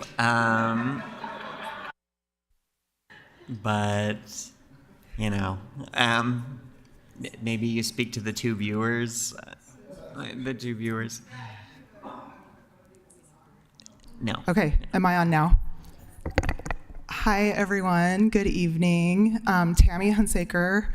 A little bit about my background. I'm educated in city planning. I'm certified through the American Institute of Certified Planners. I have worked for the city for 12 years, first in the housing division, working on housing policy and federal grants. And then I moved over to the RDA because I wanted to learn more about real estate development and finance. And I worked for the RDA for 6 years, doing project management and then ending as the deputy director. And then 3 years ago, I moved over to the Department of Community and Neighborhoods as the deputy director and was fortunate enough to work as part of Blake Thomas's leadership team. And I'm really proud of the accomplishments that we've done over the past 3 years. CAN staff work tirelessly every day for mobility and affordability to ensure that there's safe and efficient building going on in the city, to encourage best practices in land use. And we even do things like provide accessible youth programming for the city's kids. So I'm really proud of the diversity in our department and everything that we've accomplished over the past few years. And I'm excited to continue that work. And I'm honored that the mayor is entrusting me in this position. And I thank the council for their consideration, and I'm happy to answer any questions you may have. Go ahead. No, I don't think of anybody better for the job. So excited for the city and for you, and to see and continue to see your leadership now as a director. So I feel like we're very lucky to have you. So thank you. I think you're probably the city employee I've known the longest, or at least remembered. I think even way back in redevelopment advisory committee days, your presentation was always so clear and understandable, and I could tell that you were being earnest and honest and just really trying to make the best for the city. And So I have watching you blossom in your career and being able to work with you as a council member now. And I just agree with Councilmember. I cannot think of anyone better for the job. And so I'm really proud of you and just happy that you're here. Pietro. Okay, literally the only thing I could be concerned about is that like you would end up doing more paperwork than sharing your insight and expertise. So I'm just gonna pray that whoever comes alongside you is gonna do all the grunt work, because your insights have literally shaped me as a council person and changed how I approach this job. And the city is very, very fortunate that you're not only willing to do this job, but that we're gonna get the chance to see you, so. Thanks to Blake for paving a good path, but I'm excited to see what you do on it next. Thanks. I feel like I've known you since my first days coming and working in the city. First times on the council, I'll say. And I've always been impressed with all of the work that you've done and all of the roles that you listed. And I think that they will make you uniquely qualified for this new challenge and new role. And we're just really excited to have you. And I am really excited to have you and really support you in this position. And if there's anything else that we can do to support you and your department, let us know. Thank you. Okay. Congratulations. Thank you. You know how the confirmations work. So, all right. Thank you. Thanks so much. Okay. It's on new business. Yeah. We have a board appointment. Do we have Nancy here? Nope, we're early. We're I believe early. Nancy was planning to attend online and is not yet on. Okay. Yeah. Excellent. What? Because we skipped something. Oh, whoops. We could go back to that. So yeah, we've got 7 minutes. Challenge accepted, Mark. Come on, Mark. Okay. You can also come back to it after you're right. While he's getting there, I just want you all to know that for the MLB board, we had to do our OPMA training, and they did it like a Jeopardy game, and it was me and Senator Sandel, and Salt Lake City kicked butt because our OPMA training is always the best. Right.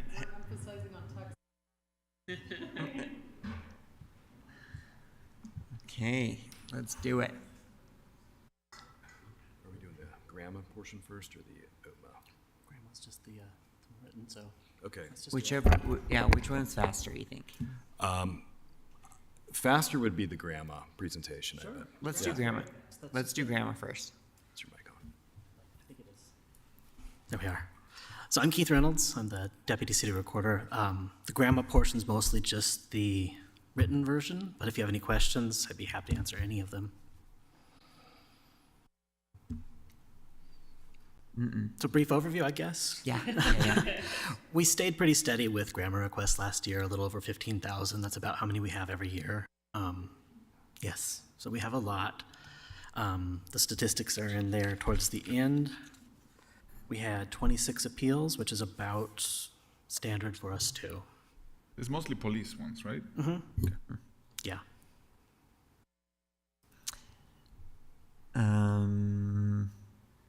Man, that was fast. That was fast. Does anybody have any questions about Gramma? What applies, what doesn't apply? Okay. Okay, I will do my best, but I don't want to gloss over anything important. And if you feel like you want to interrupt my training to accommodate the board appointment, I'm more than happy to cede my time. Oh, well, I mean, it's going to start in 5 minutes, so rather than have you try to do it in 5 and interrupt you, Oh, excellent. Oh. She's early. Excellent. Thanks so much. You can come back in 5. Or back to you in 5. You can stay right there. Nancy's online. So Nancy, if you want to unmute or turn on your camera. Yes, sorry, somebody was just calling me about getting on as well. Oh, good. We suddenly were early after being late for a long time. So we're just glad that you're here. So please tell us a little bit about yourself and why you're interested in serving on this commission. And then we'll turn it over to council members to see if anybody has any questions. Absolutely. So my name is Nancy Strahan. I am a sibling first, so I have been in disability my whole life. My younger brother has autism and is nonverbal, and my older brother had complex medical needs. So I've been in disability work since I was 18, worked through being a direct support provider, worked through group home stuff, and then moved into nonprofit work, and I was director of a parent center in Alaska. I am from Alaska, recent transplant about a year and a half ago, and then came down here. And when I originally applied to be on this commission, I was with the IDRPP, the Institute for Disability Research Policy and Practice, as the associate director of the Research and Training Division. I've since moved to, I'm the executive director of the Utah Association of Community Associates, so Community Services, known as UACS commonly, and it's a disability provider association statewide within Utah. So I have done quite a array of service work with disability, just a bit of everything. However, I've always worked within disability since I could. I'm interested in this commission because I'd like to plug in more to the community in which I now live and work. And this seems like a great opportunity to serve. And it didn't seem like those within my circle or work group that I've been working with for the past year and a half have had duplications in this group. So I don't see the point in spreading myself too thin. And this was an area I felt like I could plug in and be of service. All right. Thank you so much. That's great information, great background. Any questions? What part of Alaska did you live in? Wasilla Palmer. So geographically, it's very similar to the Salt Lake Valley as far as like surrounded by mountains. You always know you're north, east, south, and west, but a little bit more water. Yes, quite a bit. Well, my dad was born in Anchorage, and my family lived in Alaska for a long time. So, anyways, Oh yeah, very nearby. No, not me. I've never even been there. I wish. Yeah, please. That's right. How could you forget? Okay, well, thank you so much for your interest in this position and your willingness to serve Salt Lake City. We really appreciate all of the work that people put in, residents put in on volunteer boards. So thank you so much in advance. We will put your name on the consent agenda at our formal meeting, which starts at 7 o'clock. You are welcome to join us for that, but you do not need to be present. We just appreciate your service, and thank you so much. Thank you. Appreciate it. Bye-bye. Bye. Okay. Back to you, Mark. All right. Can you hear me okay? Yes. Thanks. So cognizant of the time, I'll do my best to get through the information as quickly as possible, but I also don't want to skip over anything if you guys have any questions. It doesn't have to be 7 minutes anymore. So, yeah. I'm good. All right. We'll still be cognizant of the time. Thank you. Before I begin, I just want to give a thanks to Keith and the Recorder's Office, Cindy Lou's team, for the volume of how they handle such a huge volume of Gramma requests and the associated work related to it. I know our office sees a lot with respect to consultation, appeals, and even taking matters before the State Records Committee, or we even have one matter that's now been appealed to district court. So that is a lot of work, and you guys do a great job. Thank you. The Open and Public Meetings Act, OPMA, you'll hear me call it. And I know that most of you have sat through this before, so hopefully it's just a refresher. But why do we do it? Well, number one, by state law, we're required to do a training every year. And why do we have OPMA? Well, the state legislature states in their statute the reason why is that cities exist to aid in the conduct of the people's business, and it is the intent that cities take their actions and conduct deliberations openly. So it's all about transparency. And I know that that's a value that we have here in the city and that you all value as well. The goal of today's training is to advise on what OPMA applies to, when does it apply, and if it applies, what are the requirements of the law. So you'll see a training. It won't be as fun as last year's cat gifts that Allison presented. I'm sorry about that. I couldn't come up with anything more creative than that. Next slide. And the next one after that, sorry. So, generally speaking, when you think of OPMA, meetings of a public body are open to the public unless an exception allows for that meeting to be closed. Next slide. Meetings of a public body. So what's a public body? We could go through the definition, but for purposes here, the City Council and the RDA Board are public bodies under statute. Next slide. There was a bit of a statutory change this past year that talked about what constitutes a meeting of a public body.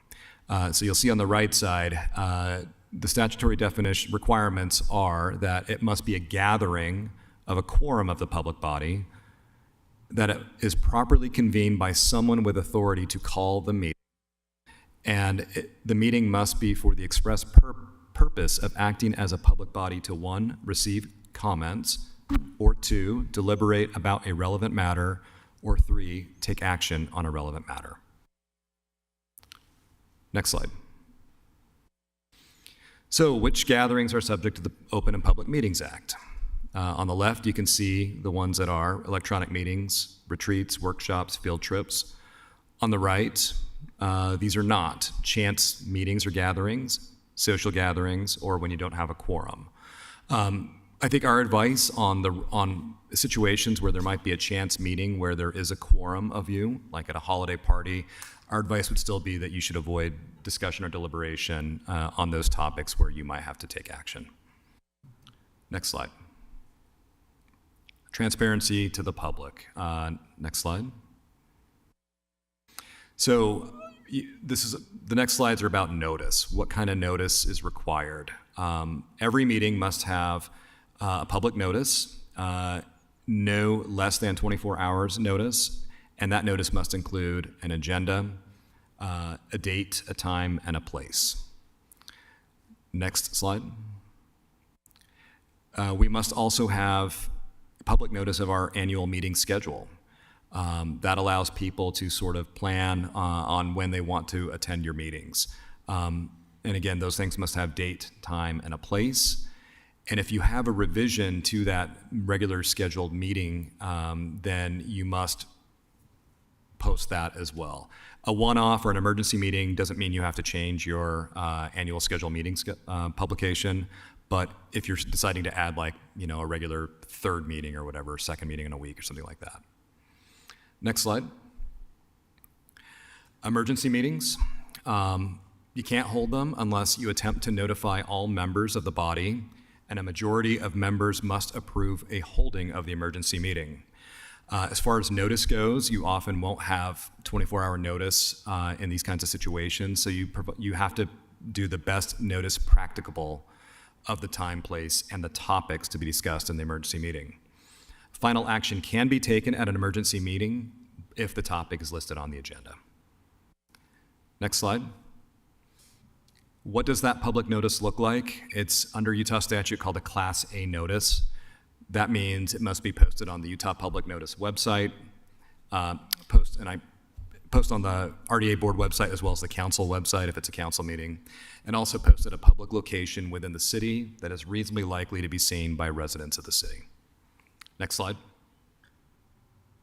Electronic meetings, next slide.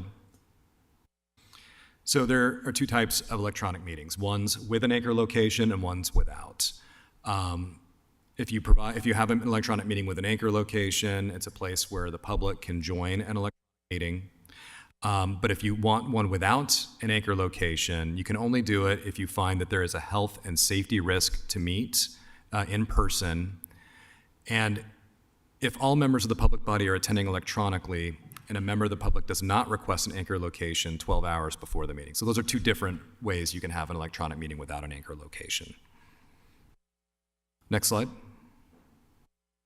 The records of meetings.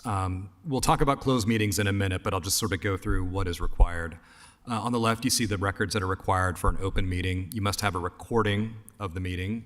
You must have written minutes, and you can see the list of items that are required in the written minutes: date, time, place, members that are present and absent, substance of the matters proposed, discussed, or decided, record of each vote, name of the member of the public who provided comments and a summary of those comments, as well as any other information requested. The official record of a meeting are the approved written minutes. And that's Keith and the recorder's office team who will compile those. With respect to records on the closed meeting side, you still must have the recording, and that recording must indicate the date, time, and place, as well as the names of all present and absent, unless disclosure would impair the confidentiality necessary for the original purpose of closing the meeting. Written minutes are optional in a closed meeting, and I'm not sure what our practice is on that. There's an exception to a recording of a closed meeting, and that is if you're discussing the character, professional competence, or physical or mental health of an individual, or the deployment of security personnel, devices, or system. And the records of closed meetings are considered protected records under Gramma. Next slide. So we're going to next talk about what reasons constitute closed meetings. So I'm not sure why there's an open sign. Sorry about that. Next slide. Next one.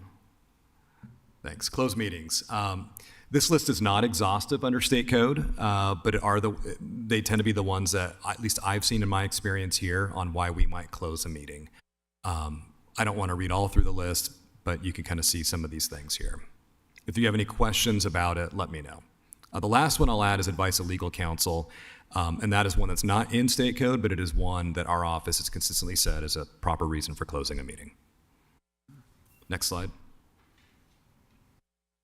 The procedures for closing a meeting. You must first start as an open meeting, and then you must have a 2/3 vote to approve closing of the open meeting.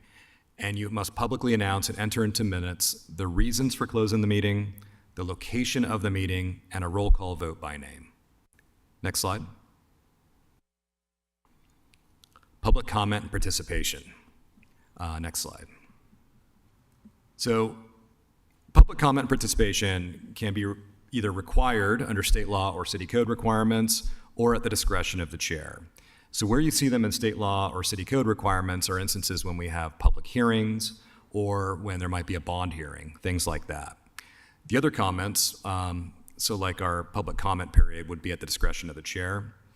Comments may be discussed during the meeting by the body if not on the agenda, but no final action can be taken if it's not on the agenda. Next slide. Disruption of meetings. The body may remove an individual from the meeting if that person willfully disrupts to the extent that the orderly conduct of the meeting is seriously compromised. Sadly, I know you guys have some experience with that. Next slide. The consequences of violating OPMA. Next slide. So a member can be charged with a Class B misdemeanor if they knowingly violate the closed meeting provisions of OPMA. So if some violation of OPMA, and that may void a final action, such lawsuit must be convinced within 90 days of the final action or 30 days of the final action concerning issuance of bonds. And new is that litigants can recover attorney fees and costs. I think that's it. Next slide. Yes, that's it. Any questions? All right. Thanks, everybody. Thank you so much. All right. We do not have a closed session scheduled. And so, yeah, we do have some announcements, though, yes. I do too, so. All right, so we are at 15, so report of the chair and vice chair. So I suggested or requested that all of you spend your holiday thinking about division of power and power structures and responsibilities. So hopefully you thought about that a little bit, because we're going to talk about that at the retreat on the 14th. And that's towards this beginning of the day. And then we'll spend the rest of the day talking about council tools and like kind of perspective on resources, things like that. And then we are anticipating a brief closed session. Well, not that brief. We're anticipating a closed session during the retreat for an update on whatever. Right. For one of the reasons. For one of the reasons that we just learned about. And then we're going to, we've asked the mayor to talk for a little bit. She can only come at like a specific time window, so we've asked her to talk about some of her priorities, and then leave time for us to ask questions. And then the remainder of the time will be each of us discussing each of our priorities. And I know that Councilmember Young can't be there, but we wanted to make sure that you know that you can have Julie present them or anybody else. That's exciting. Yeah, love it. And does anybody have any questions about the retreat or anything like that? Okay. Just to educate the community, is not that retreat that most people think it is. No. There is no spa, there is no massage. Correct. It's a long meeting. It's a long meeting. It's just in a different place. And a place that's actually not even that far away. Like false advertising, just saying. Yeah. It's, you know, when I say retreat, I'm using air quotes. So, okay, any other questions about that? Okay. Maybe I can tag on to that really quick just to make sure everyone knows we're planning for it to go from 11 till 6 p.m. So hopefully everyone's calendars have been blocked out that time. Okay, so the other announcements. The first one is council members have the opportunity to include newsletters in the public utilities mailing. There are 3 months that have been identified that are eligible. Councilmember Young has let us know that she prefers to have a newsletter in August. There's also April, August, and December are the 3 options. So, Mr. Chair. Yes. Can I request December? Mm-hmm. You can. It'll be my last month. That's right. Are there, so those are like a good time to do a newsletter. What are the rules about the election? I think there are, I'll have to get back to you about the election. I think that works because the election will have been over by December. Right, no, I'm asking about like. Oh, like August. Okay, I'll double check that. We'll have to, yeah. Fine. I'll take August. Okay. I remember from last time that it was too close, but you know. I thought it was too. I will double check. I know. Is there additional spots for open for December? April or December. So December for me. Okay. Well, I think, yeah, let's answer that question first, because if it is, then yeah. I don't know how, I can't express a preference without knowing. Okay. Okay. Any other question or any other announcements? Yep. There's a legislative action on your formal meeting tonight about height restrictions in front and side yards and rear yards. This is largely to accommodate sort of changing practices as it relates to ADUs being installed in people's backyards. So the council can consider voting on that at the formal meeting tonight. I expect an impassioned speech from those of you who are seeking support. I have a very strong one too. Better, because I only agreed that this would be on the agenda. I mean, I don't know if I haven't been persuaded yet. So we'll persuade you. We'll persuade you. All right, great. Okay.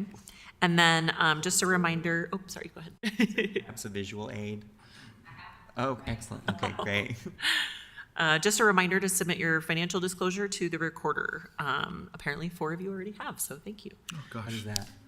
The financial disclosure form is the annual form that you have to fill out. Oh, conflict of interest form? Financial disclosure. It's on this, it's attached. Here. Not on mine. You can have it. No, I think. Oh, here it is. Okay.